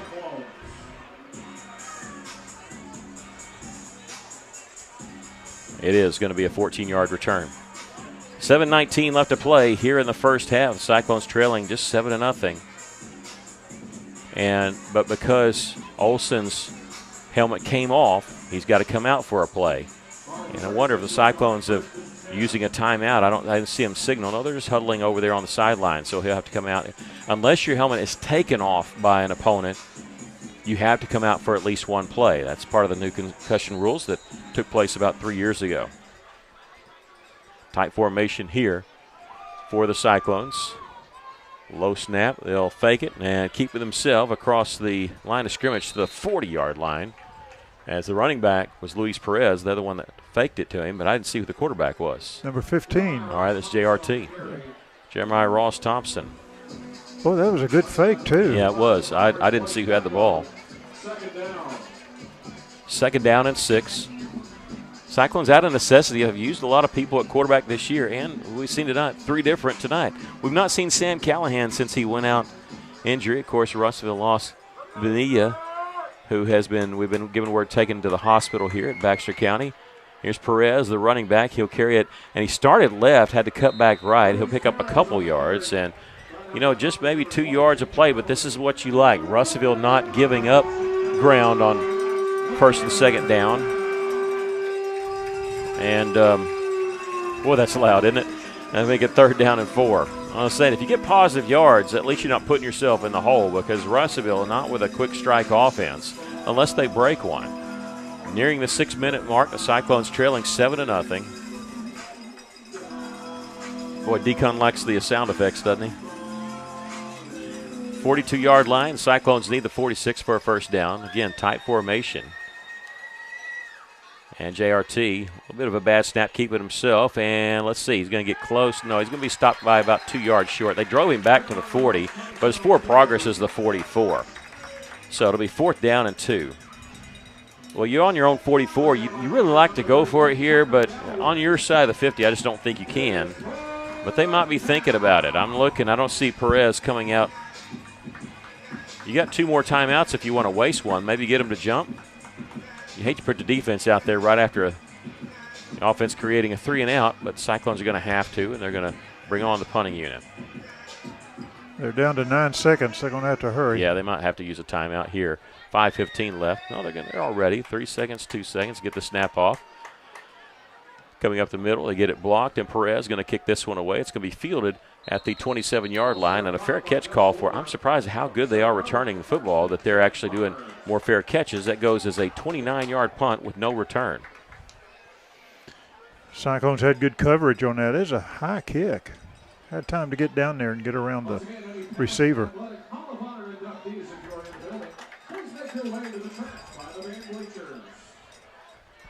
They'll have halftime festivities a lot more than normal since it is homecoming. Russellville will have that next week.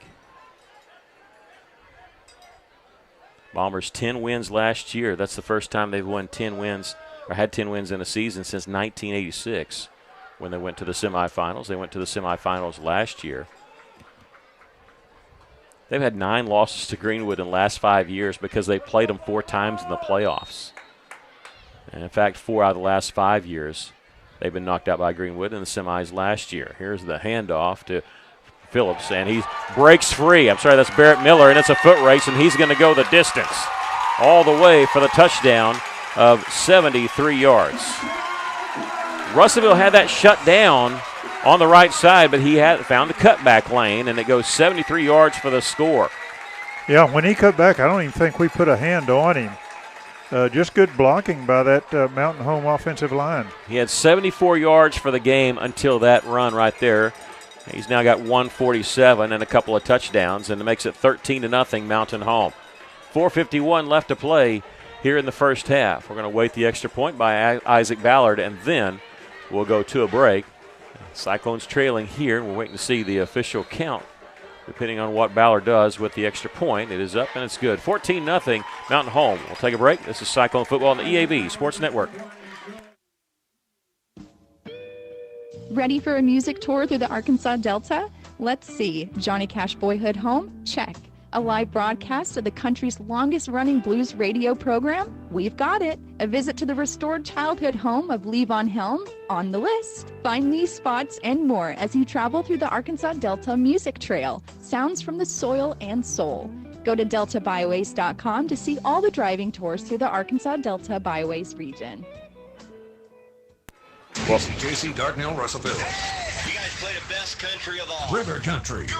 KCJC. An EAB Media Group radio station. Well, the defense has played valiantly here in this first half, but the offense just got to get something going here to help out that scoring drive for Mountain Home. They go 73 yards in just one play. It's all Barrett Miller there on the cutback. Ballard kicked the extra point. It only took 13 seconds, and 14-0 the score. But when you look at it, 73 yards on that play. They only have 167 yards of offense in the first half, and that is that's not a lot when you look at it, because they've had 6 drives, 4 punts, and 2 touchdowns. The defense has done a pretty good job, but on that one, it does go for the long touchdown run. His second one of the game, 14-0, as the Bombers will kick off here. Ballard, who did not kick it through the end zone on the first time. Tries to on this one. It's going to hit at the 3 and then roll into the end zone as the Cyclones will let that one go through. Russell will have it at the 20-yard line, trailing 14-0. Russellville needs to generate some offense, generate some first downs on this drive. Last 2 years, Mountain Home has beaten Little Rock Catholic in the first round of the playoffs. Catholic doesn't want to see Mountain Home again, I don't think. But when Coach Steve Airy took over here at Mountain Home, they had lost 22 consecutive games. They had not made the playoffs in 4 years, and they had also not had a winning season since 2006, back when they finished at the state runner-up. Mountain Home had they started football early, and then they stopped for a few years, picked it back up in 1947. They've not had a state championship in their history. Russellville will have it at the 20-yard line after the touchback on the kickoff. Olsen, and a snap, stays on the carpet. It's going to be covered by the Cyclones back inside the 10-yard line. The running back, Foster, was able to cover it, but the Cyclones, again, with the second time, I think their first offensive snap had that happen to them. This goes all the way back to the 6-yard line again. It just unforced errors, I should say, and the Cyclones looking at second down and long. I couldn't tell if that hit somebody from where I'm sitting. I couldn't tell if that hit somebody or just slipped out of the hand. It stayed on the turf. I saw it roll back there. I had the binoculars out. Second down and 24. Olsen will turn and hand this one off to Foster. He's got some running room across the 15 before he's cut down there at the 16-yard line. Jaden gets some of it back. Got quite a bit of that back. Good run by Foster. Yeah, he gets the 16-yard line. That's a pickup of 10 yards on the play. Third down and 14 for Russellville. They need the 30 for a first down.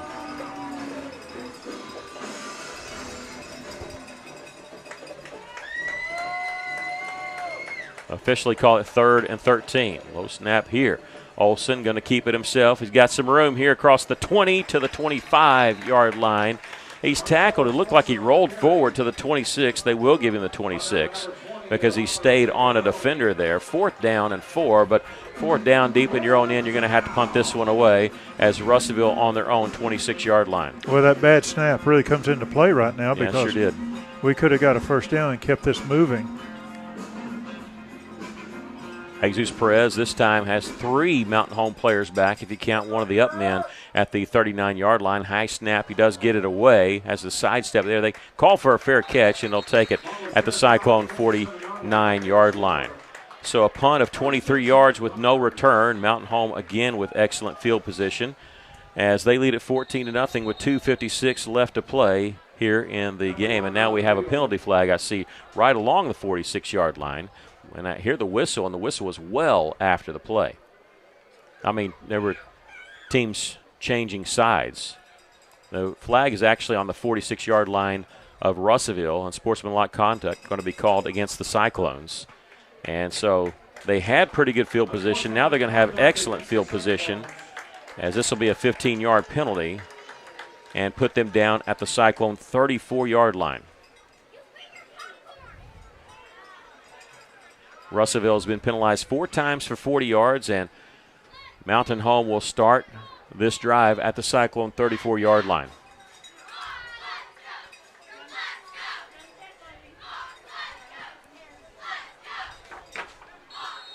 Brantley Phillips, the quarterback. They've gone with Miller. I tell you, I don't know why they just don't turn and hand it off to Miller each time. He's got 2 touchdowns. Why get cute with it? They're going to run the option and pitch it to Miller. He's a little bit behind him, but he's able to corral it. He's got the first down with a little spin move inside the 20, still on his feet inside the 15. He just keeps the legs churning, and he'll get inside the 15 near the 10-yard line. We'll have to wait and see where they spot it. Well, that's what happens when you hit somebody as strong as Miller from the waist up. You got to hit him down around the knees to bring him down. They're not going to go as fast as they did on their first drive, but fast enough as they put it down at the 11-yard line. It's a pickup of 23 yards. He now has 170 yards on just 10 carries, and now the Cyclones are going to use a timeout here with 2:31 left to play in the first half. Russellville trailing 14-0, and the Bombers in the red zone. We'll take a break. This is Cyclone Football on the EAB Sports Network. Every player on the football team has an important job so the team can reach its goal and success. Join our team at Lexicon right now, and we'll help you reach your goals and success. Lexicon offers free on-the-job training through our own Lexicon University. We also offer competitive pay, comprehensive benefits, an on-site health clinic, annual bonus program, and more. Check out lexicon-inc.com/football and help us build America one project at a time. Russellville using timeout here. They really need to hold the Mountain Home at the very least to a field goal attempt, maybe get a turnover. They trail 14-0. Mountain Home looking at 1st and 10 from the Cyclone 11-yard line. Coming up at halftime, we'll have scores for you. We'll have stats from the first half and also our Cyclone history segment, our Cyclone trivia question. Got a lot to do here at the half, and scores from around the River Valley and around the 6A West. The Mountain Home is, they start as far as Hootens is concerned. They're ranked 5th in Class 6A. Supposed to be 3rd in the conference. Other media outlets have them a little bit lower than 5th, but still 3rd in the conference behind Shiloh Christian and Greenwood. They just feel like they gave that Shiloh Christian game away, even though they lost by 2 touchdowns. It was tied with 8 minutes left, and they had 5 turnovers in the game. They protected the ball for the most part. They do have a fumble, but they recovered it back in the early first quarter. Leading 14-0, the Cyclones desperately need a stop here after the Cyclone timeout.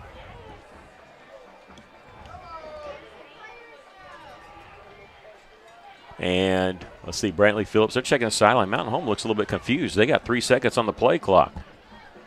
Phillips, I tell you, Miller's just there, just hand it to him. And they do here. They push him back a little bit, but he's going to get positive yards to about the 10. They say he stays in bounds after a pickup of 1 on the play. And I think that might have been Hibbler on the stop. I think it was. So they say pushed out of bounds, but they should not stop the clock because he was in bounds, and they do keep it going. 2 yards on the pickup officially. 2nd down. They can get a first down without scoring a touchdown right at the 1-yard line. Clock rolling with 2:03 left. Back to pass. Phillips pumps, and there's nothing there. He's going to roll to his right there, holding Haney. They're going to throw it to the end zone, and it is. What a great catch for the touchdown. Looking no flag, so that's going to stand as he drew it out there to Carter Atkins, who made a nice diving catch. It was not a very good pass by Phillips, but a fantastic catch by Carter Atkins, his 7th touchdown catch on the season. There was some good tight coverage by Thompson. He couldn't have played it any better. It's just a great pass by the quarterback. I don't think it was a good pass. I think it was a good catch. You'll say good pass, I'll say good catch, but either way, it ends up in a touchdown for Mountain Home, making it 20-0. Well, Cyclones will get the ball to start the second half, and they can try to do something here if they want. Mountain Home stacking their line to the right side. They're going to go for 2 and run the option, and diving into the end zone for the 2-point play is Bryce Kincaid. So 22-0. Odd lineup there. You kind of thought something might have been up, and it definitely was. 22-0 Bombers lead. We'll take a break. This is Cyclone Football on the EAB Sports Network. The electric cooperative's got its start lighting Arkansas, and we continue to meet that demand with every resource we can deliver. We're powering your life where you live every single day through one of 17 local cooperatives, each unique, always united, and in your community. Our mission, to provide reliable, affordable, and responsible power to every corner of Arkansas. It's the local hometown cooperative way, because we're better connected together. The Electric Cooperatives of Arkansas. On that scoring summary for Mountain Home, they get 8 points because of the 2-point play. They go 49 yards in 3 plays. Don't forget the personal foul penalty that was called on the Cyclones. Brantley Phillips hits Carter for a 9-yard touchdown pass. And again, the 2-point play there. We just went 3 plays and 1 minute and 1 second. And so they lead it 22-0. Cyclones they just need a big play. It'd be really nice to go in with a field goal or touchdown here, but they'll have to rely on a big play to do it. And they're going to scoot this one along the turf. It's going to be picked up by Marcellus Olson at the 18-yard line. Starter steps his way across the 30 now to the 35, and he's going to be slung down there. They'll give him the 35-yard line. And now we have flags coming in. This may be against the Cyclones again. I think it is. And officially, they're moving him, putting him down at the 40-yard line, so it's a 17-yard return by Marcellus Olson. dead ball unsportsmanlike conduct against Mountain Home. Oh, no, he pointed the wrong way. Okay, he pointed at Mountain Home and upset the Mountain Home fans here, so hey, he pointed the other direction. I guess that alerted him, hey, you got the wrong way there. They're spotting it at the 35, so they're going to put it down at the 20. So that actually erases 5 yards from Marcellus Olson's return there. It is a 17-yard return. Now, again, it doesn't go 1st and 25, but it'll be 1st and 10 as the ball being put on the 20-yard line. 1:47 left, and somebody's backing up. I guess they're saying the penalty there. I tell you, Dylan Conley, the PA guy here, he loves him some sound effects. Cyclones do have a timeout if they want to do something with that, but I think they're just looking at maybe making a first down or two and then maybe go into a 2-minute offense. Realistically, the Cyclones, with the way they don't throw the ball very well, they're looking at just breaking something. If they like to score here, but it's going to have to be breaking a touchdown run maybe. Bombers showing blitz from the outside. Back to pass. This is going to be Castro, the 4th quarterback used, and he'll throw an incompletion as he was trying to get the ball to Julius Thompson. And we've seen Edwin Castro in the 4th quarter some games. We see him here. A lot of people have been kind of amazed at his arm strength on the season. A little bit too much on that one as, again, he was going to Julius Thompson. That's the first target for Thompson on the season. Castro, a 5'8 sophomore, 170. He's wearing number 31. He's a southpaw. And 2nd down and 10. Blitz coming up the middle. He'll turn and hand it off. It goes right into the teeth of that blitz. And Jaden Foster did a good job of just getting back to the line of scrimmage. Yeah, if he could have broke to the left side and made it to the outside, there was plenty of room out there. And Mountain Home going to take a timeout here. 1:33 left to play here in the first half. They're thinking, hey, we could stop Russellville and get another tack on, a quick score, maybe. So we're going to take a quick break. Russellville trailing 22-0. This is Cyclone Football on the EAB Sports Network. Did you know that Henderson State University offers a nurturing classroom environment with caring faculty who will invest in your career success? You can learn a lot at Henderson. Come check us out. Visit hsu.edu/getready for additional information. Did you know that Henderson State University offers the only aviation degree in Arkansas? You can learn a lot at Henderson. Come fly with us. Visit hsu.edu/aviation for additional information. Welcome back to Bomber Stadium in the Lathis Realty broadcast booth. 1:33 left to play here in the first half. The Cyclones trailing 22-0, and where you're thinking maybe get a tack on a score, maybe get close enough for a field goal attempt. Now you're saying, hey, we just got to get a first down because otherwise we're going to have to put the football away to Mountain Home because they just called their first timeout of the half to try to save some time here. So Cyclones really need to pick up 10 yards and get a first down. Yeah, if you could get Castro just to complete a little 5-yard pass, build up his confidence, and get some yardage. Castro looking. He's going to throw this one downfield and incomplete. Castro was trying to go to Julius Thompson along that far side. Incompletion. Clock stopped with 1:33 left, so the Cyclones will have to punt the football away on 4th down and 10. And so now Mountain Home with plenty of time because they got 1:31 and 2 timeouts left. And Jesus Perez inside his own 10 to kick this one away. They have 2 players back. So far, though, they've pretty much just been fair catching the last few. They are coming after him. He's going to run to his right here and get this one away. It's off the side of his foot. It's going to go out of bounds, and no telling where they're going to put it down. And let's see. They're going to put it down right at the 30-yard line of Russellville. So it ends up being a 10-yard punt with no return as it went out of bounds. And they'll have the football at the Cyclone 30-yard line, their best field position of the night. So the Cyclone defense is going to be called upon. You got to get a stop here. Got to get the stop. Trailing 22-0 as they have it 1st and 10 at the Russellville 30-yard line. Coming up at halftime, we'll have a Cyclone trivia question, also Cyclone history, a lot going on. Empty backfield here for their quarterback, Brantley Phillips. Back to pass. He's going to throw this one. He's got a man open at the 5 into the end zone for the touchdown is Barrett Miller. He runs the football. He receives the football. He's doing everything for them tonight, and he gets the score, and the Mountain Home Bombers lead it by a score of 28-0 here with 1:21 left to play in the first half.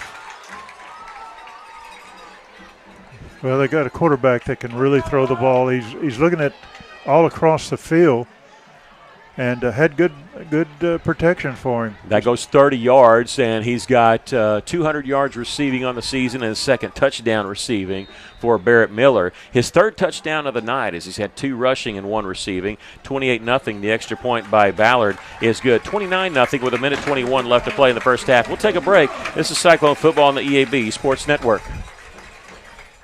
Hi, I'm Treasurer of State John Thurston. Saving for your child's education is so important. We know that putting money aside for college or technical school is tough, but we're here to make it easier. Every drop in the bucket adds up over time. I encourage you to open an Arkansas Brighter Future 529 account for your children or grandchildren today. To learn more about the Arkansas 529 plan, its investments, objectives, risks, and costs, read the official statement at BrighterFutureDirect529.com. Paid for by the Arkansas Section 529 Plan Review Committee. 1:21 left to play here in the first half. The Cyclones trailing by a score of 29-0.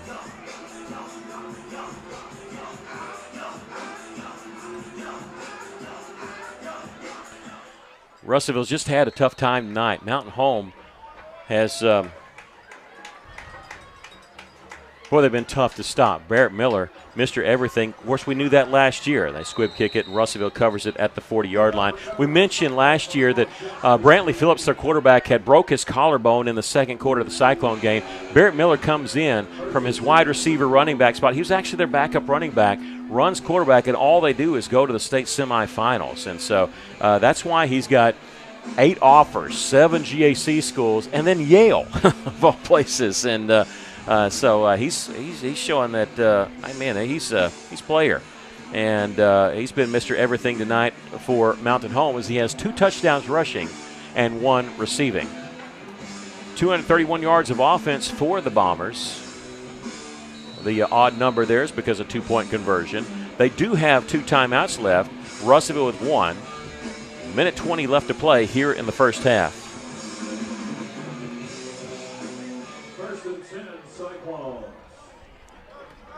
Marcellus is back at quarterback. Yeah, he's going to have empty backfield here with 3 receivers to the right, 2 to the left. Short side of the field is the left. Man in motion, that's JRT. They'll hand it off to Jeremiah Ross Thompson. He gets the edge there and pushed out a little bit. We got a flag down. He's going to get near the first down sticks. I think they're going to give him 9 yards, but this one may be coming back. We're going to have to wait and see. As the flag is back at the 41-yard line, usually in the area of holding, and it's usually when it's out that wide, it's usually holding against a wide receiver, and so that's maybe who they've gotten. Now we're going to also have to wait and see because if it's at the 41, this is an odd rule here, but Jeremiah Ross Thompson actually gets credit for a 1-yard run, and that's where they are going to move it. So the stat guy that I am, that's what we're actually going to have to do. We're going to give him the 41-yard line, and then the penalty taking Russellville back to the 31, and it's still going to be first down.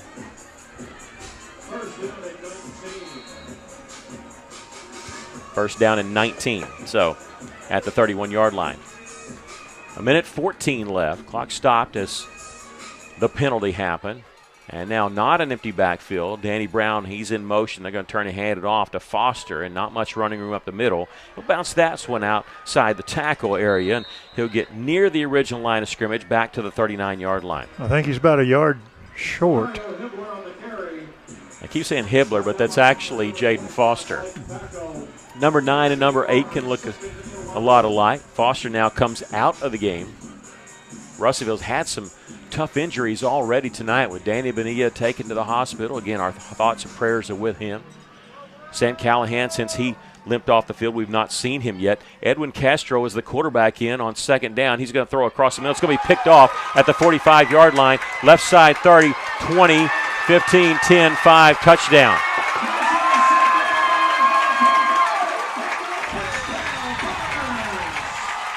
Interception there by Mountain Home. That is by Blake Vaccio, who actually is a defensive lineman wearing 25, but he drops back and plays in coverage like he did there. And we got an interesting stat coming up for you. They've been holding on all season that I've tried not to say too much about, but that's the first interception thrown by the Cyclones all season. We've not picked off any, and we've not thrown any on the season, but for the Bombers, that's actually their 9th interception on the season. Well, he had a man open, and but a good play by the lineman there, the linebacker there by Mtn Home. He just jumped up and got in front of the receiver and got the ball.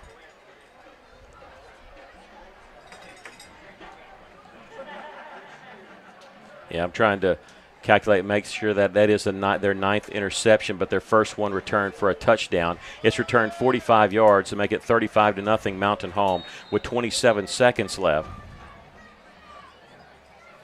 And Ballard's extra point is good. 36-0 our score, 27 seconds left in the first half. We'll take a break. This is Cyclone Football on the EAB Sports Network. More students are turning to UA Little Rock because we're leading the way in making college affordable for all Arkansans. With the Pell Grant, the Arkansas Academic Challenge Scholarship, and our half-off scholarship, you can get a college degree without debt. Don't qualify for Pell? No problem. We have options to help you affordably earn a 4-year degree. With scholarships and campus jobs, we're removing barriers for all. That's the Trojan Guarantee. Expect more with UA Little Rock. 36-0 as the Bombers with the lead. And they'll be kicking off here with 27 seconds left to play here in the first half.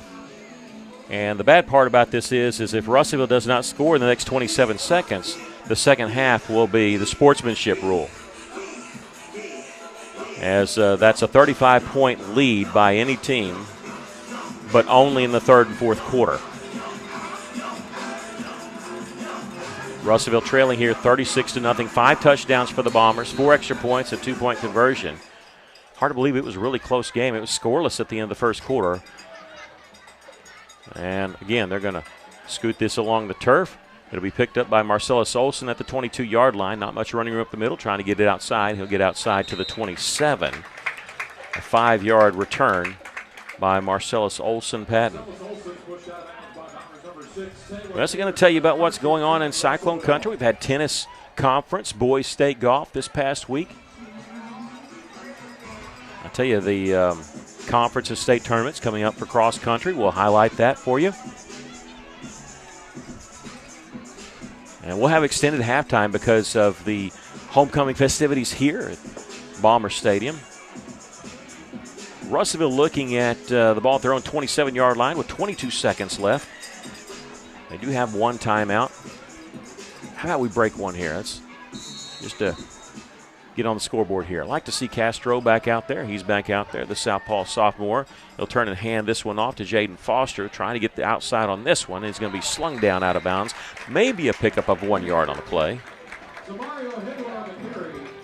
Clock is moving, so it may be the last play. Yeah, maybe. If his forward progress is stopped before he goes out of bounds, they'll say that it continues to roll, and it's going to continue to roll here. And we've come to the end of the first half. The Cyclones trail it by a score of 36-0 here at Mtn Home. We'll take a break, come back with your halftime show. This is Cyclone Football on the EAB Sports Network.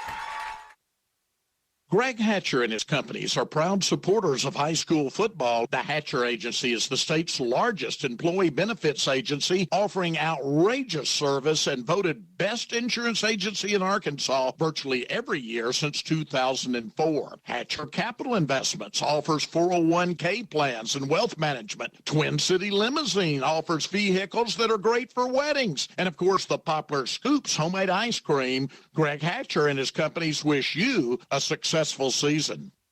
It's a great day for football. Two rivals battling it out for a record-breaking crowd. They're saying it's $1.5 billion. Huh?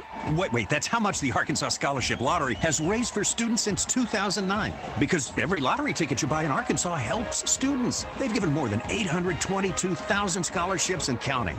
Okay, back to football. Two rivals. This is winning, folks. Playing the lottery is a win for students and maybe you too. Call or text 1-800-522-4700 for Problem Gambling Helpline.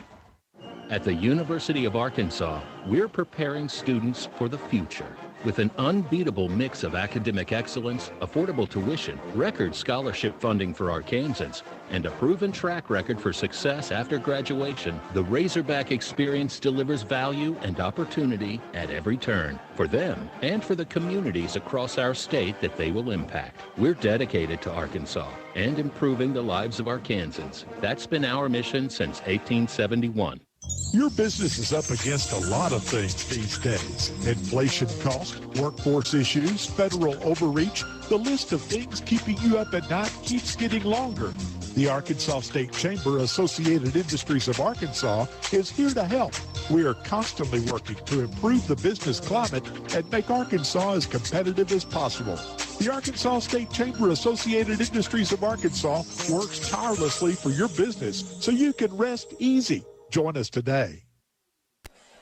Welcome back. We're at the half at Bomber Stadium. Welcome back to the Lathis Realty broadcast booth. Russellville trailing 36-0. Your thoughts, your takeaways of the first half? Well, we said at the beginning pregame that this was a well-balanced team, the Mountain Home Bombers. But we've seen some more running, I think, tonight than we have passing. Yeah, they got a quarterback with a strong arm, and he's made some good passes and touchdowns. But the running game has been impressive to me. Russellville just hadn't had an answer for that. We're known as a running team, and we haven't been able really, and I think you pointed out very well, we haven't been able to really gain yards on that first down. That's the key to the whole thing. That sets up everything else, and we just haven't been able to do that tonight. Strong defense by Mountain Home. Again, Castro comes in. If we could get him just a 5 or 7 yard pass to complete, to build up his confidence, a little swing pass, something like that, maybe to the tight end, I think that would really help, but we just haven't been in a position to do that. Yeah, and not that we're a team that runs the dead tee of the flex bum, but whenever you watch Navy or Air Force or these teams that run that kind of style of offense, when they get behind the sticks, they get in some trouble. They got to stay up in front of the sticks, and we did that for a while. I mean, it just feels like, somebody texted me, it feels like a blink of an eye a while ago. It was 7-0 it was, and then it just sort of snowballed there, and the Cyclones just been tough to come back.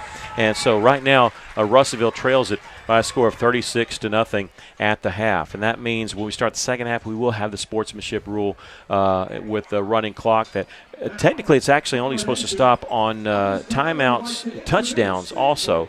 But a lot of times they won't stop it when on scores. I think it's kind of had to be agreement, but it'll be a quicker first half. Well, before we go to our first break, you know that we're going to have This Week in Cyclone Country coming up near the beginning of the second half. We'll be letting you the stats as we're compiling those. But right now, we have our segment we just started here, Do You Know, Your Cyclone Facts. Okay, so the first meeting between Russellville and Mountain Home was a playoff game. And the Cyclones won the game 33-14. They actually threw for 282 yards in that win. And do you know the Cyclones quarterback that threw for 282 yards in the first meeting between the Cyclones and the Bombers? We'll give you the answer at the end of our halftime segment. Russellville trailing 36-0 here at the half. We'll take a break. This is Cyclone Football on the EAB Sports Network. Bill Ryan Autoplex, we want your car. We're giving cash on the spot, no trade necessary. Right now, we are buying local and giving more money than ever for local trades. Plus, while you're here, check out the 0% financing on 2025 GMC Sierra or 2.99% for up to 72 months on 2025 Chevrolet Silverado. Bill Ryan Autoplex, we want your vehicle and we're willing to pay for it. Bring us your car today and leave with cash in hand. Come see us today at Bill Ryan Autoplex, Russellville. For more than 150 years, Lyon College has offered exceptional opportunities for Arkansas students and launched outstanding careers right here in the Natural State. Now the future is even brighter with the opening of our brand new football stadium on the Batesville campus and our new School of Dental Medicine in Little Rock. From our strong academic reputation and competitive athletics to our beautiful campus, Lyon is dedicated to preparing graduates who make a difference in Arkansas communities. Learn more at lyon.edu. Lyon College, a better world starting in Arkansas. We all have our traditions, from Friday night lights to Saturday morning hunts.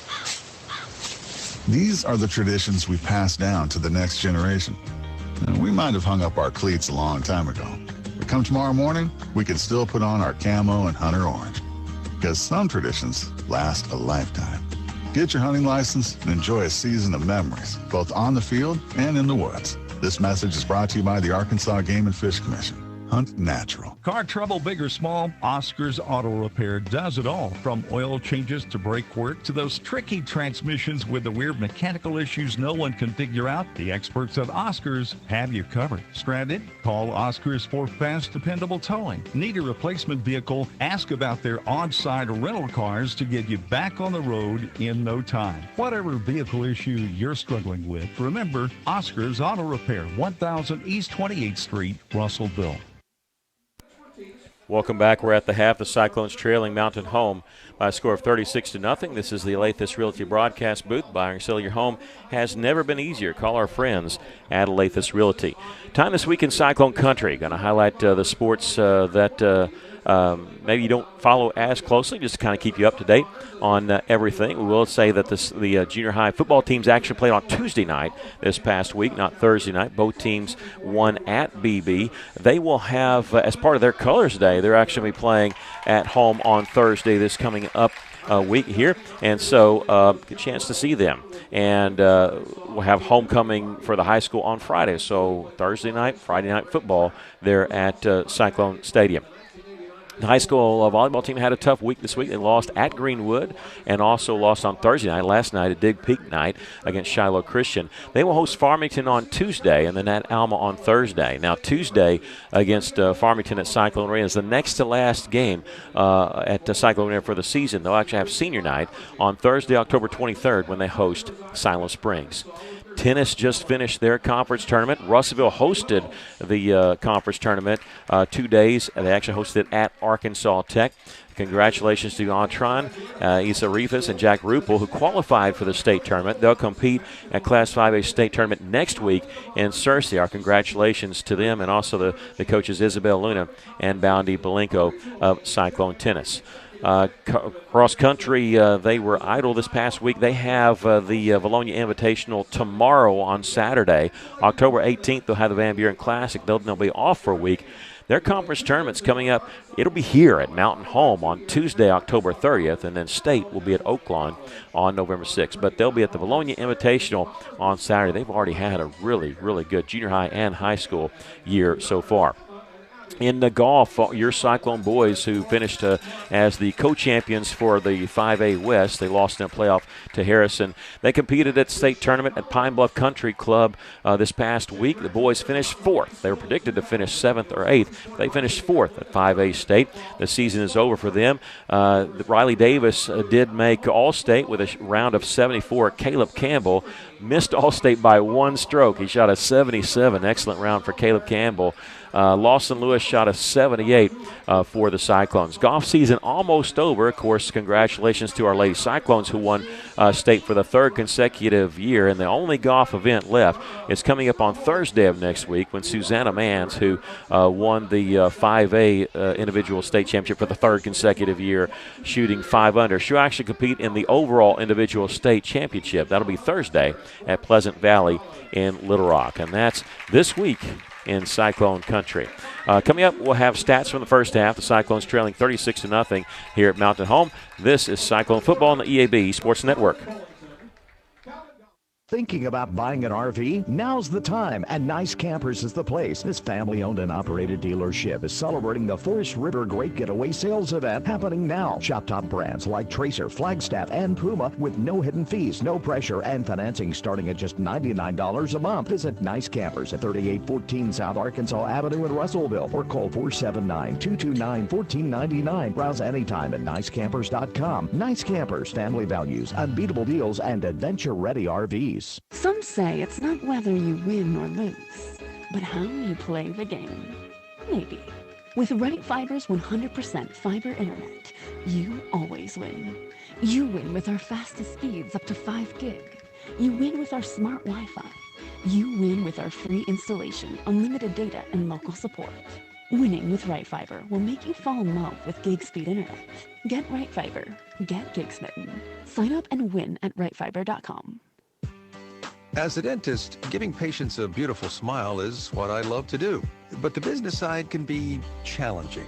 Luckily, First State Bank understands. They provide financial tools that make banking convenient and flexible. And the service I get is second to none. From equipment loans to cash management solutions, they give me the freedom to focus on my patients, not my payroll. Now that's something to smile about. Come see us at First State Bank in Russellville or Fayetteville for local personalized banking. Johnny Storian with a thought from Alathus Realty. With years of experience, knowledge, and a network of relationships, they ensure you'll get the most for your house. So when it comes time to put that property on the market or begin looking for that next dream home you have, don't delay. Call Brent Preddy and the professionals at Alathus Realty Russellville, 968-5668, or check them out, russellvilleliving.com. Welcome back. We're at the half. The Cyclones are trailing the Bombers by a score of 36-0. We'll give you the stats from the first half. Not pretty for Russellville. They just played pretty well on defense, but realized that it was 0-0 at the end of the first quarter. But Bombers, 36 points all in the second quarter. The Bombers, 11 first downs to Russellville's 2. 231 yards of offense for Mtn Home, 46 for Russellville. The Cyclones had no yards passing. They were 0 of 8 with for no yards and did have that pick six there late in the second quarter. They had 46 yards rushing on 23 carries. Leading the way, Jaden Foster with 10 carries for 21 yards. It's not bad, especially when you consider there was a fumbled snap that he covered back and lost 7 yards on that. His long rush has been 11 yards. Sam Callahan, 4 for 10, who's been injured tonight. Olsen, 8 yards rushing. Jeremiah Ross Thompson, 5 yards rushing. No receiving yards in that first half. For Mtn Home, they only threw for 40 yards, 4 of 9 for Brantley Phillips. 30 of that was on a touchdown pass, but he does have two touchdown passes in the first half.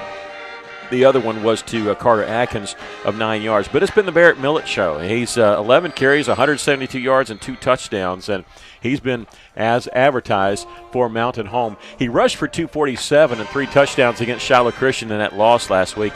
He's rushed for 2 touchdowns and 172, but 73 of that was on one play.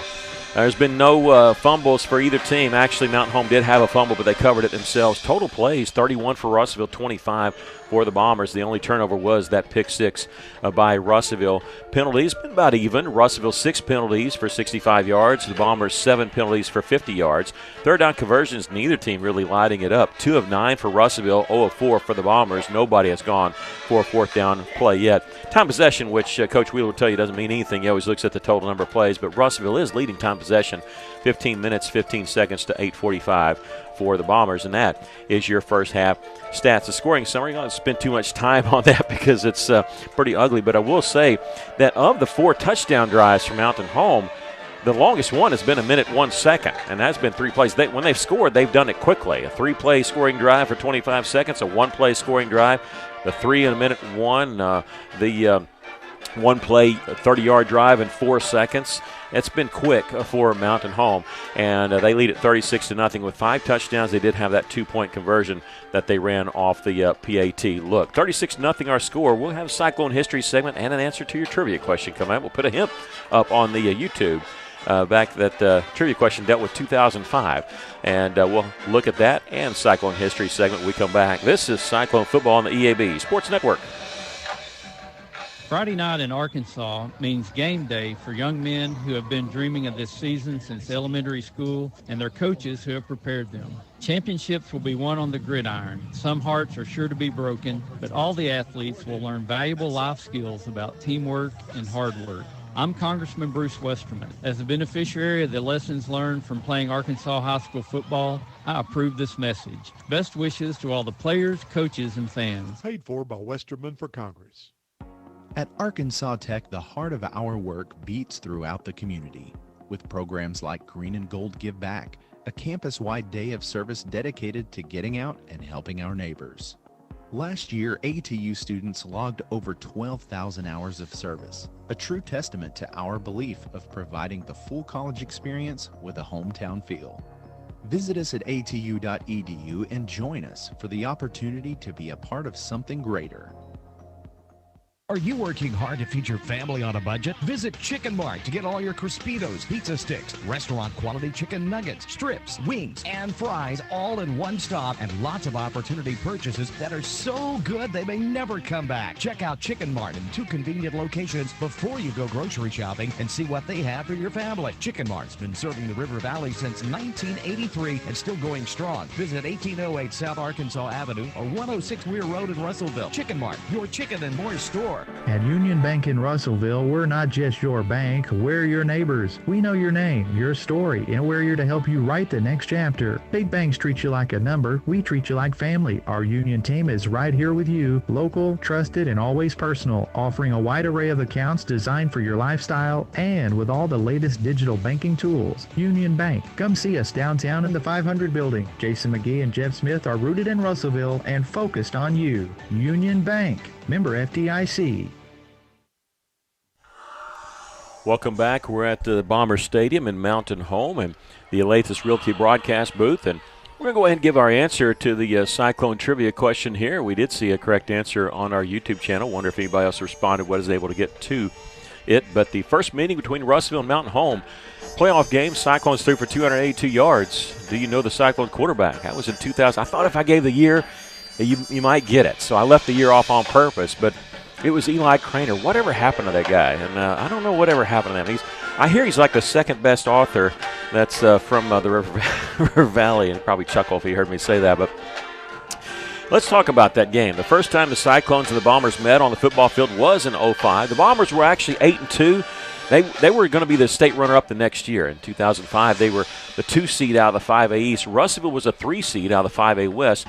They were 5-4-1 in the regular season. The Bombers ran that old 5-2 defense and the wishbone offense. Cyclones, of course, they were one of the first teams that run the spread offense, and they did that in 2005. Very few teams did that back then. And Russellville's offensive coordinator was a guy named Chris Freeman, and he told this team that they'd be disappointed the Cyclones did not win by a blowout just because he believed that Russellville was a lot more talented with a lot more speed. Lamonte Payne, Derek Owens down the field, open up Brandon Brown, Tyler Sherrill. After the long trip to Mtn Home, they had all these signs up, beat the Cyclones, go Bombers. Of course, they were pumped for being second in their conference. The Bombers circled the stadium, honking their horns when the Cyclone buses rolled into town. However, the Cyclones jumped out to a 33-0 lead at halftime. It wasn't just 33-14 at the game. It was 33-0 at halftime. They even ran the McCluster Fluster play that with Tyler Sherrill, if you remember that, if you're almost I think almost called it the Muddle Huddle, and if you can Google that and see what it was. But they could not stop Eli Craner and the Cyclone passing attack. Craner, now the rumor is that Eli dislocated his big toe during the game. I never have been able to check that out with him, see if that was true or not. But Russellville ended up winning the game. Of course, he threw for almost 300 yards. Craner that season would actually throw for over 3,000 yards. In fact, 3,215 yards, which was fifth most passing yards in Cyclone history for a quarterback. It also secured the fifth consecutive winning season under head coach Jeff Holt, which is the second longest stretch of winning season in school history. Of course, Wallace Bailey has number one. But that is your look into Cyclone history. Russellville trailing here at the half, 36-0 here at Mtn Home. We're going to take another break, come back with more of your halftime show. This is Cyclone Football on the EAB Sports Network. Why trust River Valley Tinting and Glass? Well, River Valley Tinting and Glass is a family-owned business, and they take care of their customers like family too. So remember, your local auto, residential, and commercial glass and tinting company, River Valley Tinting and Glass. Check out their work on Facebook or call 890-5839 to get an estimate. Or you could always come by 2202 East 2nd Street to see all they can do for you. From a business you can trust, River Valley Tinting and Glass. It's John here at Huntington Learning Center in Russellville, and I'm excited to share how we're making a real difference for families right here in the River Valley. Parents are saying things to us like, my child is finally excited to learn again. Whether your student needs to catch up, stay sharp, or boost a good ACT score even higher, Huntington's personalized programs can help them thrive. Call Huntington Learning Center at 1-800-CAN-LEARN or visit huntingtonhelps.com today. Back at the Farmers Co-op, and Mike Apple's along with us. Mike, whenever we're thinking about the Farmers Co-op, it's that variety that people love and the great selection that they'll find at their local co-op, East Main, Russellville, also in Danville. That's true. We have all the items for the farm and ranch, but we also have lawn and garden, pet supplies, just a very wide variety of products. The Farmers Co-op in Russellville, exit 84 off Interstate 40, East Main, Russellville, also in Danville. The folks at Arkansas River Valley Heating and Air want to take a moment to not only thank you for your business, but also the opportunity to work for you and give your family whole house comfort. Every kind word that you've put online and personal recommendation to your friends and family is appreciated. And customers like you are not only vital to their business, but vital to making our community as great as it is. From their family to yours, thank you from Arkansas River Valley Heating and Air. Back here at halftime, the Cyclones trailing 36-0. They're going to put some more time on the clock as they typically do when the halftime runs long. But sorry for the brief few seconds there of silence, but I had to go and recheck what is being sent to me on scores. And I got to tell you, the Rick Elliott was sending me scores, and I didn't realize that he had Van Buren over Lake Hamilton. I thought it was the other way around. I'm not used to this, but Van Buren at one time 30 to nothing in the third quarter. Lake Hamilton has scored, but 30-7 in the third quarter. Van Buren all over Lake Hamilton in that game. Close one involving Russellville's opponent next week, Shiloh Christian leading Portsmouth Southside. That's not odd, but in the third quarter it's only 23-10. Greenwood having their way with Siloam Springs. That score is 35-0 at the half there.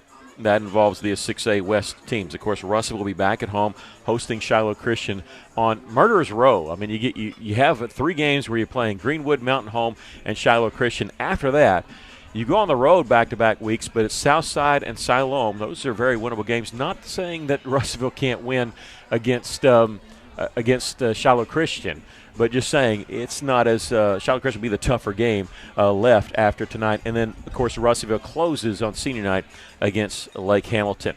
Dardanelle, this is a kind of a shocker here. They're tied with Clinton in the third quarter, 10-10 in that game. Hector trailing Mountainburg in the third quarter, 33-22.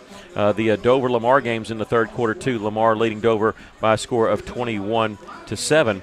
And Pottsville leading Waldron 20-6 at last check. The other area team we have is checking in on Atkins, I believe, is the one I didn't give. And Atkins trailing Salem in the second quarter by a score of 14-7. On KCJC side 102.3, we'll have the scoreboard show hosted by Rex Nelson, the voice of the OBU Tigers.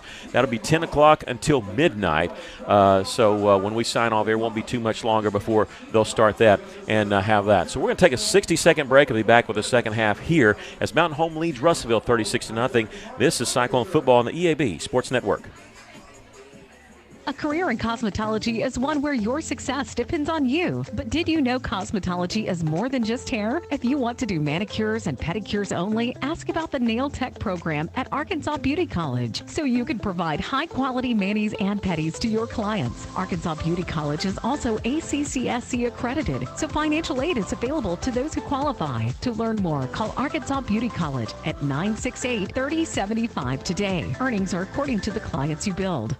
Arkansas Tire and Auto Service, we're more than just tires. Consistent, responsive, honest and fair. What makes us different? We're the ones who care. Trust our experience to know what you need. Professional and fast, see what we mean. Arkansas Tire and Auto Service, we're more than just tires. Arkansas Tire and Auto Service, 2304 East Main, Russellville. Well, as we come back to getting ready to start the third quarter, the Cyclones trailing 36-0. I'm trying to reset the timeouts. I give Russellville 4 timeouts when they only have 3. And Russellville won the toss, and so they're looking at they elected to defer to the second half, and looked pretty good when it was 0-0 at the end of the first quarter, but that second quarter was just a killer for Russellville, and it's something we haven't really, don't want to harp on it too much, but the injuries, it just really piled up against Russellville this season, even in practice this week and tonight. Some tough ones. In fact, we had the PA guy from Mtn Home come and try to check on Danny Bonilla, who got taken to the hospital, and everybody trying to find word out. We were praying for him that it's not as serious as it seemed, but Sam Callahan went out early. I think there were a couple others there. One came back, but Callahan we had not seen since he's been out. Russell will be moving towards our right, and, of course, they will receive. And the clock will be running a lot because of the sportsmanship rule to start here the second half. Keeping a little bit of eye on Shiloh Christian, and they're going to do the onside. Why are they doing the onside kick? They're going to do an onside kick up 36-0 to start the second half, and we'll see who came up with it. There's no indication that Mtn Home came up with it, and Russellville is going to come up with it. That's odd, isn't it? I mean, can I say that? Is that fair to say? That's odd to do the surprise onside kick up 36-0. Yeah. Okay. Maybe I'm sure there's a reason. I'm sure there's a reason. But Russellville will take over. The good thing is we did take over, and we'll take over at the 49-yard line. So Cyclones trailing 36-0 at the surprise onside by Mtn Home does not work. Russellville only has one turnover tonight. It was a pick six late in the second quarter. Mtn Home has one fumble but did not lose it. Not a big history between these two teams. So we mentioned the game that Russellville won in the playoffs in 2005. That was the first meeting, and it's 3-3. This is the 7th game, and next week when Russellville plays Shiloh Christian, it should be the second meeting between the two teams. And then we get back in a little bit more of the history when we bring up Fort Smith Southside. A screen pass incomplete as they threw it out to that far side there as it went out to Daughtry Renfro. Incomplete. Again, the clock will continue to run even after incomplete passes. The only time it stops is timeouts, injuries, or it's supposed to stop on scores, but a lot of times they keep running it during scores. So we'll let you know on that. Hopefully we're going to be talking about that, so hopefully the Cyclones can score here. Incomplete pass to the far side. Marcellus Olson is in at quarterback starting this second half. Bobbled snap there, who'd give it off to Foster, and Foster's going to lose yard on the play. Kind of just disrupt the timing a little bit there. Seems like we're having problems with the snap. It's just it's low, or we're just not handling the ball very well. Yeah, that one hit, I think, Marcellus on the right hand, not in the center, but off that right hand. It's going to bring up 3rd down and 11. Let's play the 3rd down air raid here. And Russellville will check with me as they did not huddle. They're just taking their time. They have 20 seconds on the play clock. Jalen Thompson out, the receiver on this near side. 2 receivers to the far side. The far side receiver is Parker Jackson. He's a sophomore. He made some great plays last year for the Whirlwinds. Man in motion, that's Renfro. On 3rd down 11, you need the Bombers' 41-yard line. Lasso around as Daughtry goes back to the left side. Olson rolling out. He's throwing in. He's got Parker Jackson, and it's just incomplete. It's thrown a little bit out in front of him. It'll bring up 4th down for the Cyclones. I saw we had Thompson out there. Wasn't real open, but he was about 5 yards away from his defender. I like Parker Jackson. I think he's going to do a lot of that in his career for the Cyclones, getting behind the defense like that. And Russellville will have to punt this football away. Jesus Perez will be on to kick it away. As we're looking at 4th down 11 from our 48-yard line. Perez.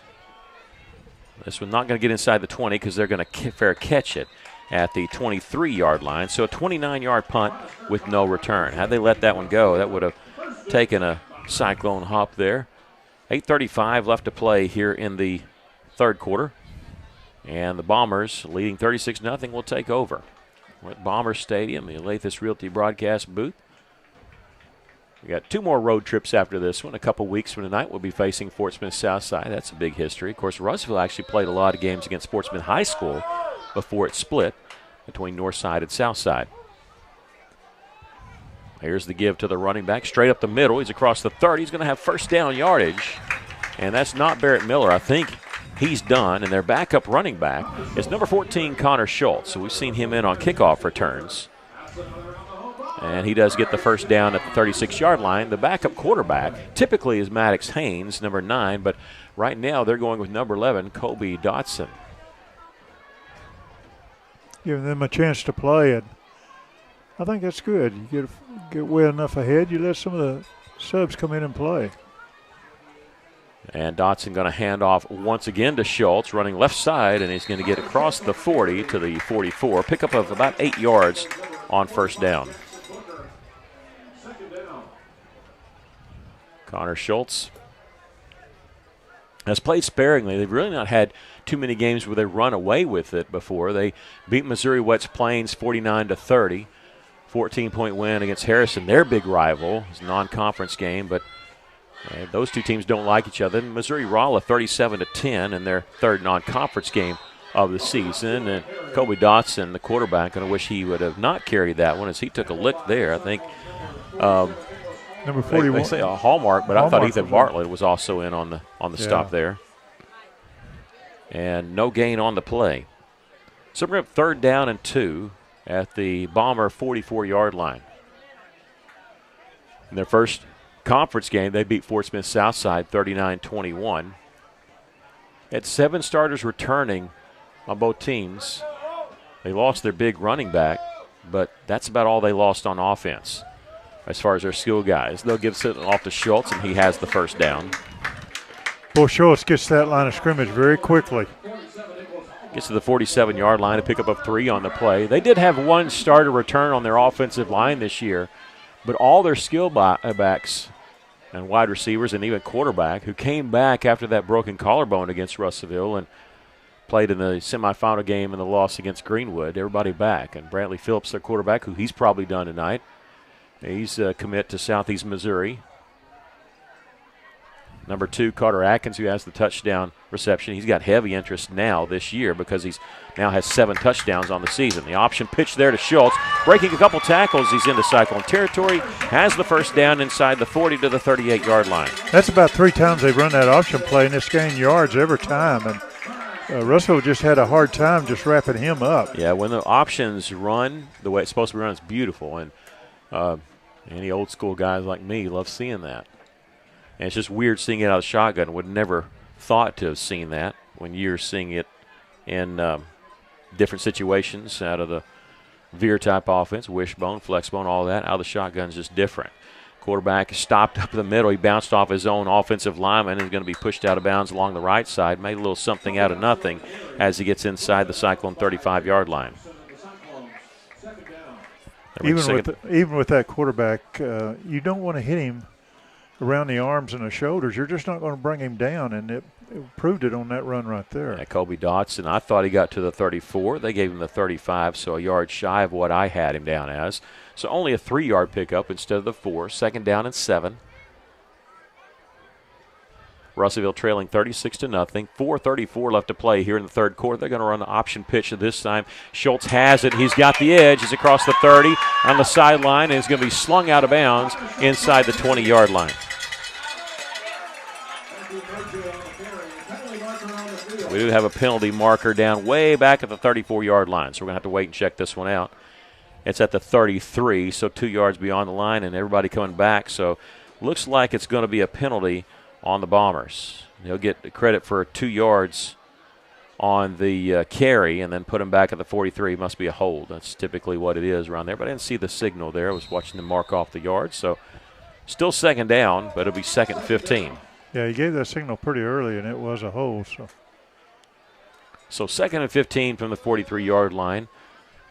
Schultz gets 2 yards credit on the rush. 3 receivers to the right, 1 to the left. Schultz will carry it right side and not much there. Russellville able to close up that little opening pretty quickly on Schultz. And in on the stop, Andre Myers, the junior, number 50, getting in on a stop. Be 3rd down and 14 for the Bombers. Schultz now 6 carries for 42 yards all on this drive. They started at the 23-yard line of Mtn Home after the punt by the Cyclones. 3:07 left to play here in the third quarter. The Bombers maybe a passing situation here with 3 receivers to the right. Nope, they're going to pull it. And again, the quarterback wishes he wouldn't. Kobe Dotson's going to be swallowed up back at the 44-yard line. Loss of 2 on the play. That's Parker, number 89. All right, good job, Madden, on the stop. And a 2-yard loss, and this is no man's land. You're not going to try a 60-yard field goal. You don't want to punt from the 44, so they might be going for it here. I don't blame them. Russellville only giving up 3 fourth-down conversions on 8 attempts this year. No, they're going to switch and actually going to punt the football away. I'll say neither team has gone for it on 4th down tonight. And what the stat I gave you was actually for the season. Brantley Phillips on to punt. It's a high snap. He's able to jump up and cover that one. Angle it towards the right side, and Russellville calling for the fair catch at the 10-yard line. And a late flag coming in behind the play, right around the 23-yard line. We'll have to check the flag here. Officially right now it's sitting at a 33-yard punt with no return, and we'll wait and see what the flag is. Russellville would be starting at the 11-yard line, but that is going to change.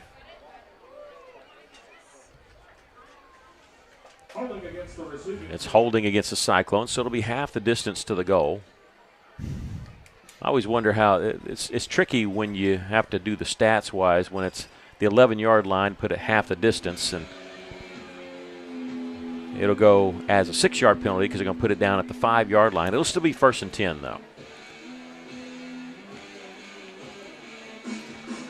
So Russellville will have it 1st and 10 from their own 5-yard line. Their worst starting field position tonight, but they have started inside their 22 other times.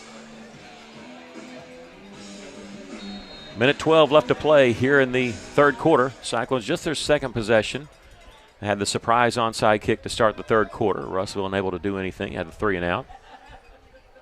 They'll have it at their own 5. The clock moving pretty quickly here. The good thing is we can get a head start coming home. That's a long way from Russellville right now. They're going to turn and hand the football off. And this is Perez, and he's going to be taken down. I think he's shy of the line of scrimmage by a yard. Luis Perez, his 5th carry of the season. Looking at the future of the Cyclones there. He's a sophomore. You got Edwin Castro, who's played some tonight at quarterback. He's a sophomore. And Russellville, I think they've used 4 different quarterbacks tonight, and Jeremiah Ross Thompson coming in. They do give him the 5-yard line, though, so it was not a loss on the play. 2nd down and 10. Perez now 2 carries on the night, so I was mistaken. He's actually got 6 carries on the season. Ross Thompson going to pull it himself, and he'll get across the 5, and not enough of the tush push to get him to the 10-yard line. I think I'm going to mark him at the 9. Well, that's tough out there right now. It's just not gaining too many yards every time we touch the ball. And we're going to come to the end of the 3rd quarter just like that. 1 more quarter to go. Cyclones trailing Mtn Home 36-0. We'll take a break. This is Cyclone Football on the EAB Sports Network. Bill Ryan Autoplex, we want your car. We're giving cash on the spot, no trade necessary. Right now, we are buying local and giving more money than ever for local trades. Plus, while you're here, check out the 0% financing on 2025 GMC Sierra, or 2.99% for up to 72 months on 2025 Chevrolet Silverado. Bill Ryan Autoplex, we want your vehicle and we're willing to pay for it. Bring us your car today and leave with cash in hand. Come see us today at Bill Ryan Autoplex, Russellville. Russellville School District has opportunities for you. Russellville School District currently has openings for custodial positions. Shifts are 2 in the afternoon until 10 p.m. Monday through Friday with an 11-month contract. This position has benefits, paid sick time, personal time, and retirement plans included. Insurance is offered. Russellville School District, achieving excellence together. Call 968-1306 or visit rsdk12.net to apply online and join the team. Getting ready to start the 4th quarter. The Cyclones trailing 36-0 here. As we're coming to you from the Balmer Stadium here in the Lathis Realty broadcast booth. 1 more quarter to go. Again, the sportsmanship rule in effect. Russellville trailing 36-0. And the Cyclones looking at 3rd down and 6 from their own 9-yard line.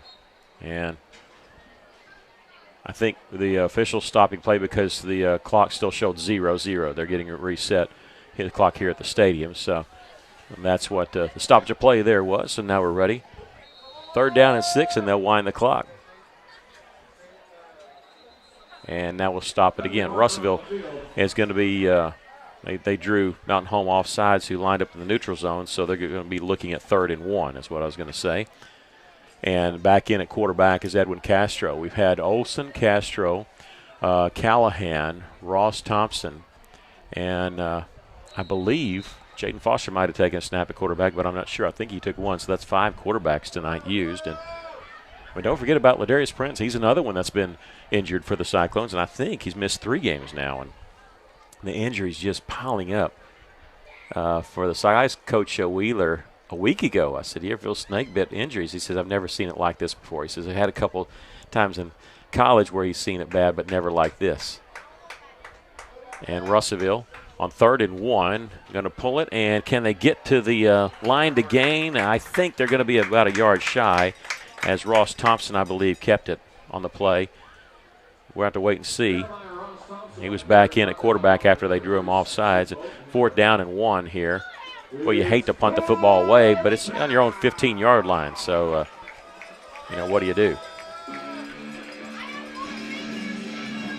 I think you go for it. Yeah, why not?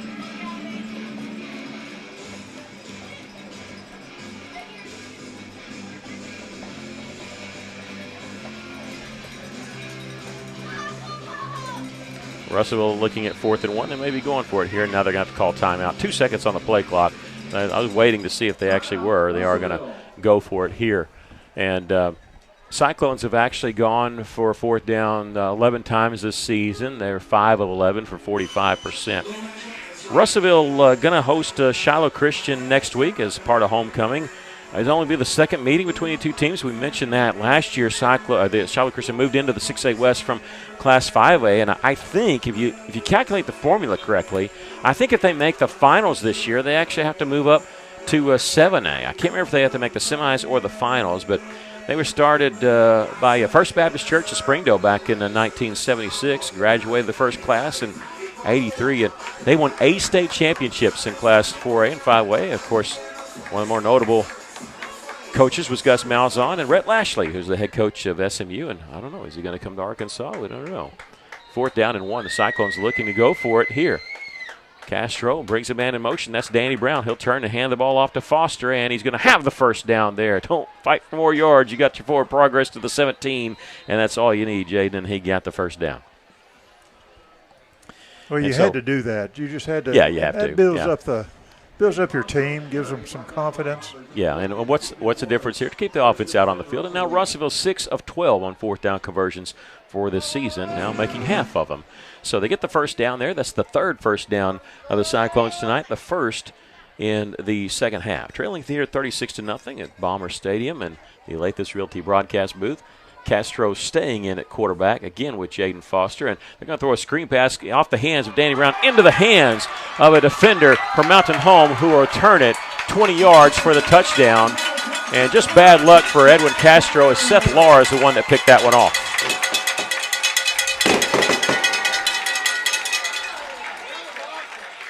And that's the second pick 6 tonight. Russellville has only thrown 2 interceptions all year. Both of them have come tonight, and they've both been pick 6s.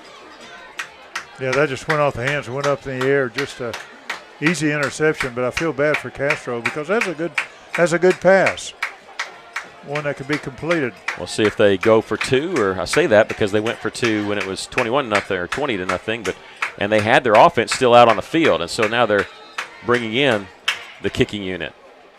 I mean, I wasn't trying to be funny there. They actually had the offensive unit out there, and so now they do run on the extra point team, and Isaac Ballard on to try the extra point. Russellville fought through but couldn't get the block. 43-0 as the extra point is good. With 8:34 left to play here in the ball game, the Cyclones trailing 43-0. We'll take a quick break. This is Cyclone football on the EAB Sports Network. Since 1971, Sorrell's Body Shop's top priority has been customer satisfaction. The folks at Sorrell's get the job done right by providing their customers state-of-the-art equipment and highly skilled professional service technicians. The mission at Sorrell's is to deliver the most professional, ethical, highest quality service while giving back to their community every day. Sorrell's Body Shop, proudly supporting the Russellville school system. Go Cyclones. It's the second pick 6 of the night for Mtn Home, and making it 43-0 after the extra point. You know, it's one of them stats that you never want to bring up, because the Russellville Cyclones had not thrown an interception all year. They throw 2 tonight here, and they both pick sixes, but Russellville does not have an interception on the season. All their turnovers on defense have actually come by way of fumbles. But I tell you, Mountain Home's been ball hawks on the season. That's their 10th interception of the season. They lead at 43-0. Russellville's going to cover the kickoff at the 32-yard line. Covering that kickoff for Russellville was Ford Carter, a sophomore, number 40. It's a good field position to start. And Russellville will have it at the 32-yard line, I believe. He said good field position, but I didn't see where they marked it. But, yeah, it is 32, isn't it? Yeah. And the Cyclones will have it there. And with the clock rolling, you really limit the chances you have on offense. And who knows, this may be your last offensive drive. Right now, 6 minutes, 50 seconds left to play in the ball game. Cyclones trailing 43-0. Maybe get some positive, something positive going. Cyclones were shut out earlier this year to Sylvan Hills, 50-0 in that game. Russellville's been held without a touchdown twice this year. That one and the game against Greenbrier, in which Russellville had a safety and a field goal, was their only scoring. Here's the handoff for the Cyclones, and running the football for the first time this year is Justice Rubin, the senior, number 12, and he's cut down for a loss on the play. But good for the coaching staff. Get the senior in there to get a carry. He loses 3 on the play. Rubin, a 5'6" senior, 150 pounds. Back at the 29-yard line, 2nd down and 13. 6-minute mark left to play. Staying in at quarterback is number 31, Edwin Castro. That pick six went off the hands of Brown, but it was kind of a high throw there. It's tough for him to pull that one in. Castro's thrown both the pick sixes tonight. He's going to roll out on 2nd down, throwing here to Danny Brown. He's got the reception across the 30 to the 34-yard line. That's a good throw, good catch by Brown. And Danny Brown, his 3rd catch on the season, his first one tonight. This one goes for 5 yards at the 34-yard line. 3rd down and 8. Hey, look, I've got the crowd mic turned down, so if that's coming loud through your radio and live stream, and trust me, there's no crowd mic. That's as loud as it is. 5 minutes, nearing 5-minute mark left to play here in the ball game. Cyclones trailing 43-0. 3rd down and 8 for Russellville at their 34-yard line.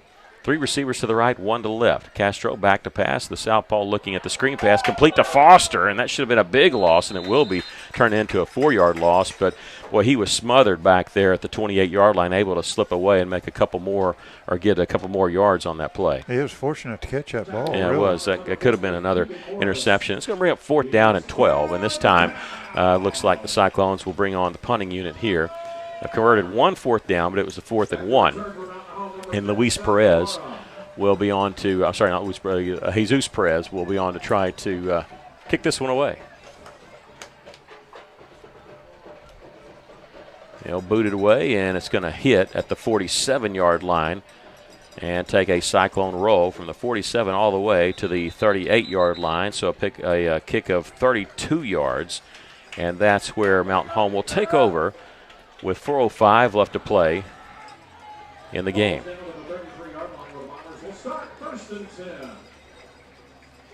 I said 32 yards, 37 actually. We'll have the ball on the right hash mark here. And Kobe Dotson back out there at quarterback along with backup running back Connor Schultz, number 14. Maybe looking at the future here for Mountain Home this half.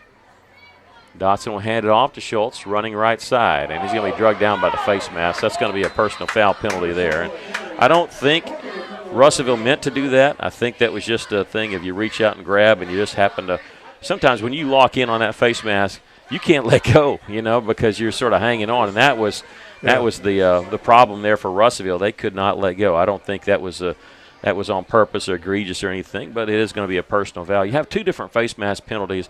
The personal foul is if you turn the head, and that's 15 yards, or an inadvertent, which when you just grab it, it's a 5-yard penalty.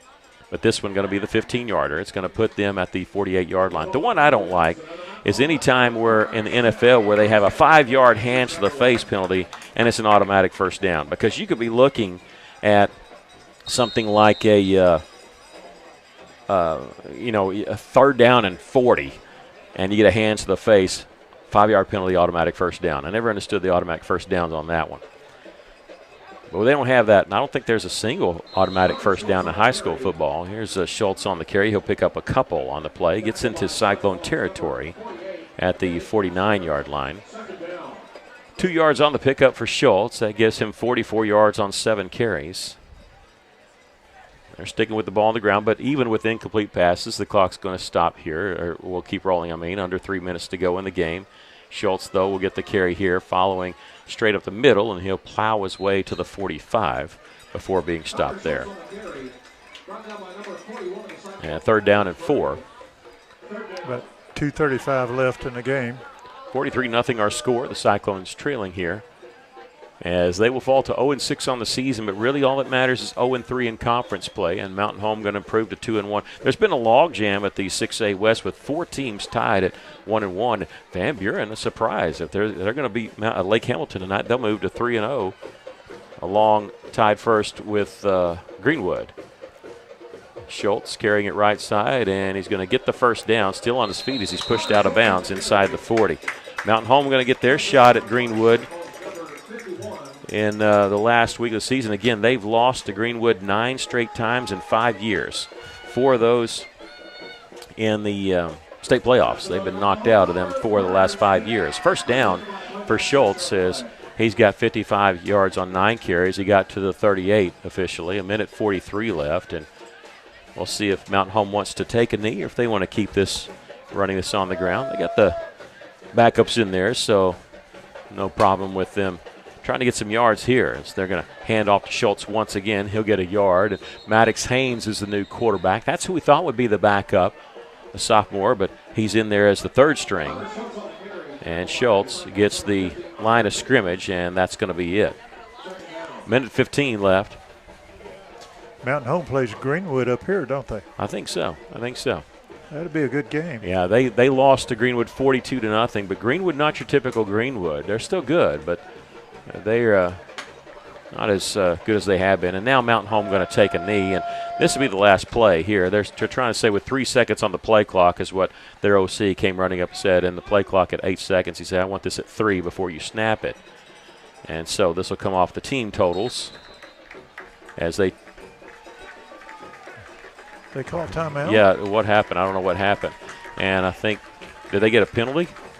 Or they call timeout? Yeah. No, they took a knee. They gave him a knee anyway. Yeah. So, they did a quick one, I guess.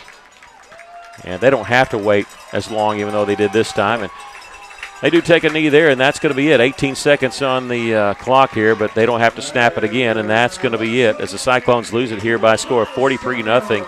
You're going to see this and think, wow, it's a blowout. It was 0-0 at the end of the first quarter. 36 points for Mountain Home in the second quarter, and that's been it. We're going to take a break, come back with the postgame show. This is Cyclone Football on the EAB Sports Network. Twist the throttle, tame the trails, power through tough jobs. Honda's Ride Red Summer Sales Event is your chance to bring it home. And it's all happening now at Honda of Russellville. Explore Honda's rugged and reliable ATVs and side-by-sides, legendary street bikes, and full line of dependable off-road and adventure bike. Hurry to Honda of Russellville at 220 Lakefront Drive in Russellville today and save big on your dream Honda through September 30th. For your safety, read the owner's manual and wear a helmet and eye protection. Always wear your seatbelt and close the side vents indoors when operating a side-by-side. Honda Power Sports vehicles are for riders 16 and older.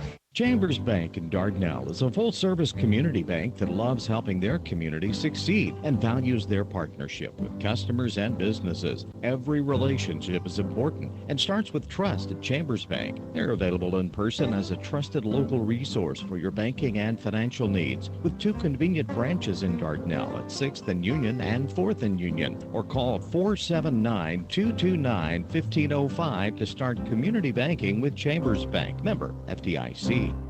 The scariest thing lurking in the dark isn't monsters. It's rising prices. But R&R Tire Express has a treat for you. That's right, R&R is reducing your payments by 25% on anything in the store. We know prices are high and wallets are stretched. So now's the perfect time to get the wheels you want and the tires you need. For a free quote. Text the word tires to 43414. Stella Manor Nursing and Rehabilitation provides skilled professional care in a compassionate, supportive, and comfortable atmosphere. Whether it's long-term care, a short-term respite, or 24-hour skilled nursing, Stella Manor offers compassionate, professional support in a comfortable, family-like setting. With a full therapy program, hospice partnerships, and director-led activities every day, your loved one receives care that goes beyond the basics. Call or visit today to see the difference compassion makes at Stella Manor Nursing and Rehabilitation. Welcome back here at Bomber Stadium in the Lathis Realty broadcast booth. We have some other scores to pass along to you. Morrilton leading Pea Ridge by a score of 45-6. Van Buren way ahead of Lake Hamilton. Shiloh Christian still with a 2-touchdown lead against Fort Smith Southside. Greenwood winning by mercy rule. That's your 6A West there. Again, we're going to have the scoreboard show coming up in about 40 minutes on 102.3. The Cyclones lose it here by a score of 43-0 against Mountain Home. This was the second quarter. They scored 36 points in the second quarter.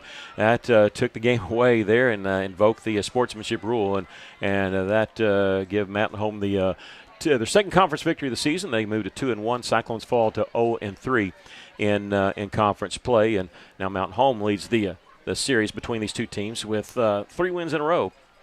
Winning this one tonight. We'll give you the stats of the ball game. 285 yards of offense for Mountain Home, just 49 yards of offense for the Cyclones. For the Cyclones, they completed 2 of 13 passing. Both completions, well, one was to Danny Brown and the other was to Jaden Foster. They did throw 2 interceptions. They ended up being pick sixes, but that was 2 of 4 by Luis Perez on that. Running the football, the Cyclones had 48 yards on 29 carries, 12 carries for 22 yards for Jaden Foster, 4 for 10 for Sam Callahan, who did go out with an injury. For the Bombers, Brantley Phillips, all in the first half, 4 completions on just 9 attempts for 40 yards, but he did have 2 touchdown passes. But that second quarter was dominated by Barrett Miller. 11 carries, 172 yards, 2 yards rushing, 1 touchdown receiving. He was the main guy. He had 2 catches for 35 yards. Cardi Atkins did have the other touchdown for Mountain Home. 2 turnovers for Russellville, 0 turnovers for Mountain Home. Russellville and Mountain Home both kind of evens on the plays, 42-40. Russellville leading on that. The Cyclones 8 penalties for 85 yards, 9 penalties on the Bombers for 65 yards. Third down conversions, neither team did well on that. 2 of 12 for Russellville, 2 of 8 for the Bombers. Russellville went for 1 fourth down, converted it. The Bombers did not go for a 4th down tonight. Tough loss for the Cyclones. They battled in that first quarter, causing Mountain Home to punt quite a bit, but the bottom just fell out in that second quarter. What's your thoughts on the game tonight? Well, I think the big thing is what you covered just a second ago was the running of Mountain Home. Miller was just fantastic. We couldn't stop him. And that's what really dominated this game, especially in the first half, and it carried over into the second half as well with some of the substitutes. The other thing, I think, is our inability to move the ball, either in the air, especially in the air, because you've got to have some big linemen, big running backs to control the ball on the ground. We just don't have that. We've got some fast young men, some very talented young men on the line and running, but you've got to have that passing in there as well just to create a little bit of problem for the defense. Our defense played well. It really did. But we were on the field too long, and we saw that in the second quarter. But Russellville, we've got the talent. We just need to sharpen up on some things, and I still think we can pull off a victory or two before the end of the season. Well, it's just it's a tough 3-game stretch, to be honest with you, and you don't ever want to say that there's no chance. But even before the season, when you started and you're looking at it, you're saying, okay, this is going to be tough to find a victory in this 3-game stretch when you play Greenwood, Mountain Home, and Shiloh Christian, 3 of the top 5 teams in Class 6A, and you say, well, who are the 2 other teams? Well, one is actually Sylvan Hills, who Russellville played in non-conference. So they, after next week, Russellville will play 4 of the top 5 teams in Class 6A, and you just got to weather the storm, that and the injuries. If Russellville could just get back healthy, and then look at that stretch run after Shiloh Christian, you got at Southside, at Siloam, and Lake Hamilton. If you just have a team that's healthy enough to compete in those last 3 games, you never know what could happen, and Russellville maybe could slip into the playoffs. They've done that before, where they've gotten in the playoffs with a losing conference record, but the East not as strong as the West from top to bottom. And the Cyclones have gone over to West Memphis and won a playoff game. And even, in fact, last year when you look, when they went to El Dorado, they lost by a touchdown. And so even as the 6th seed, and so you just kind of hope that Russellville can get healthy and maybe get some confidence back, and hopefully that can happen next week. We hope you enjoyed tonight's broadcast of Russellville Cyclone football, reminding you that we will be back next week as the Cyclones will be at home. They host Shiloh Christian. Just the second time in the history. That's the first time was last year. Russellville lost that game 46-21. It'll be homecoming for the Cyclones and next week. Kickoff will be at 7 o'clock. We'll be on the air with the Coaches Show at 6:30. We appreciate you joining us tonight. Also want to send a special thank you to our Chief Engineer, Stephen Berry, and our Cyclone Booth media team of Maggie Canfield. This is Cyclone Booth, KCJC, and EAB Sports, your home for all Cyclone sports all season long. Once again, our final score from Bomber Stadium, it was Mtn Home 43 and Russellville nothing. On KCJC 102.3, about 35 minutes from now, you can hear the Scoreboard Show with Rex Nelson from 10 o'clock until midnight. For Maggie Canfield, Aaron Duval, Stephen Berry, I'm Mickey Duval saying to you, good night, God bless, and thank you, Tony Basil. So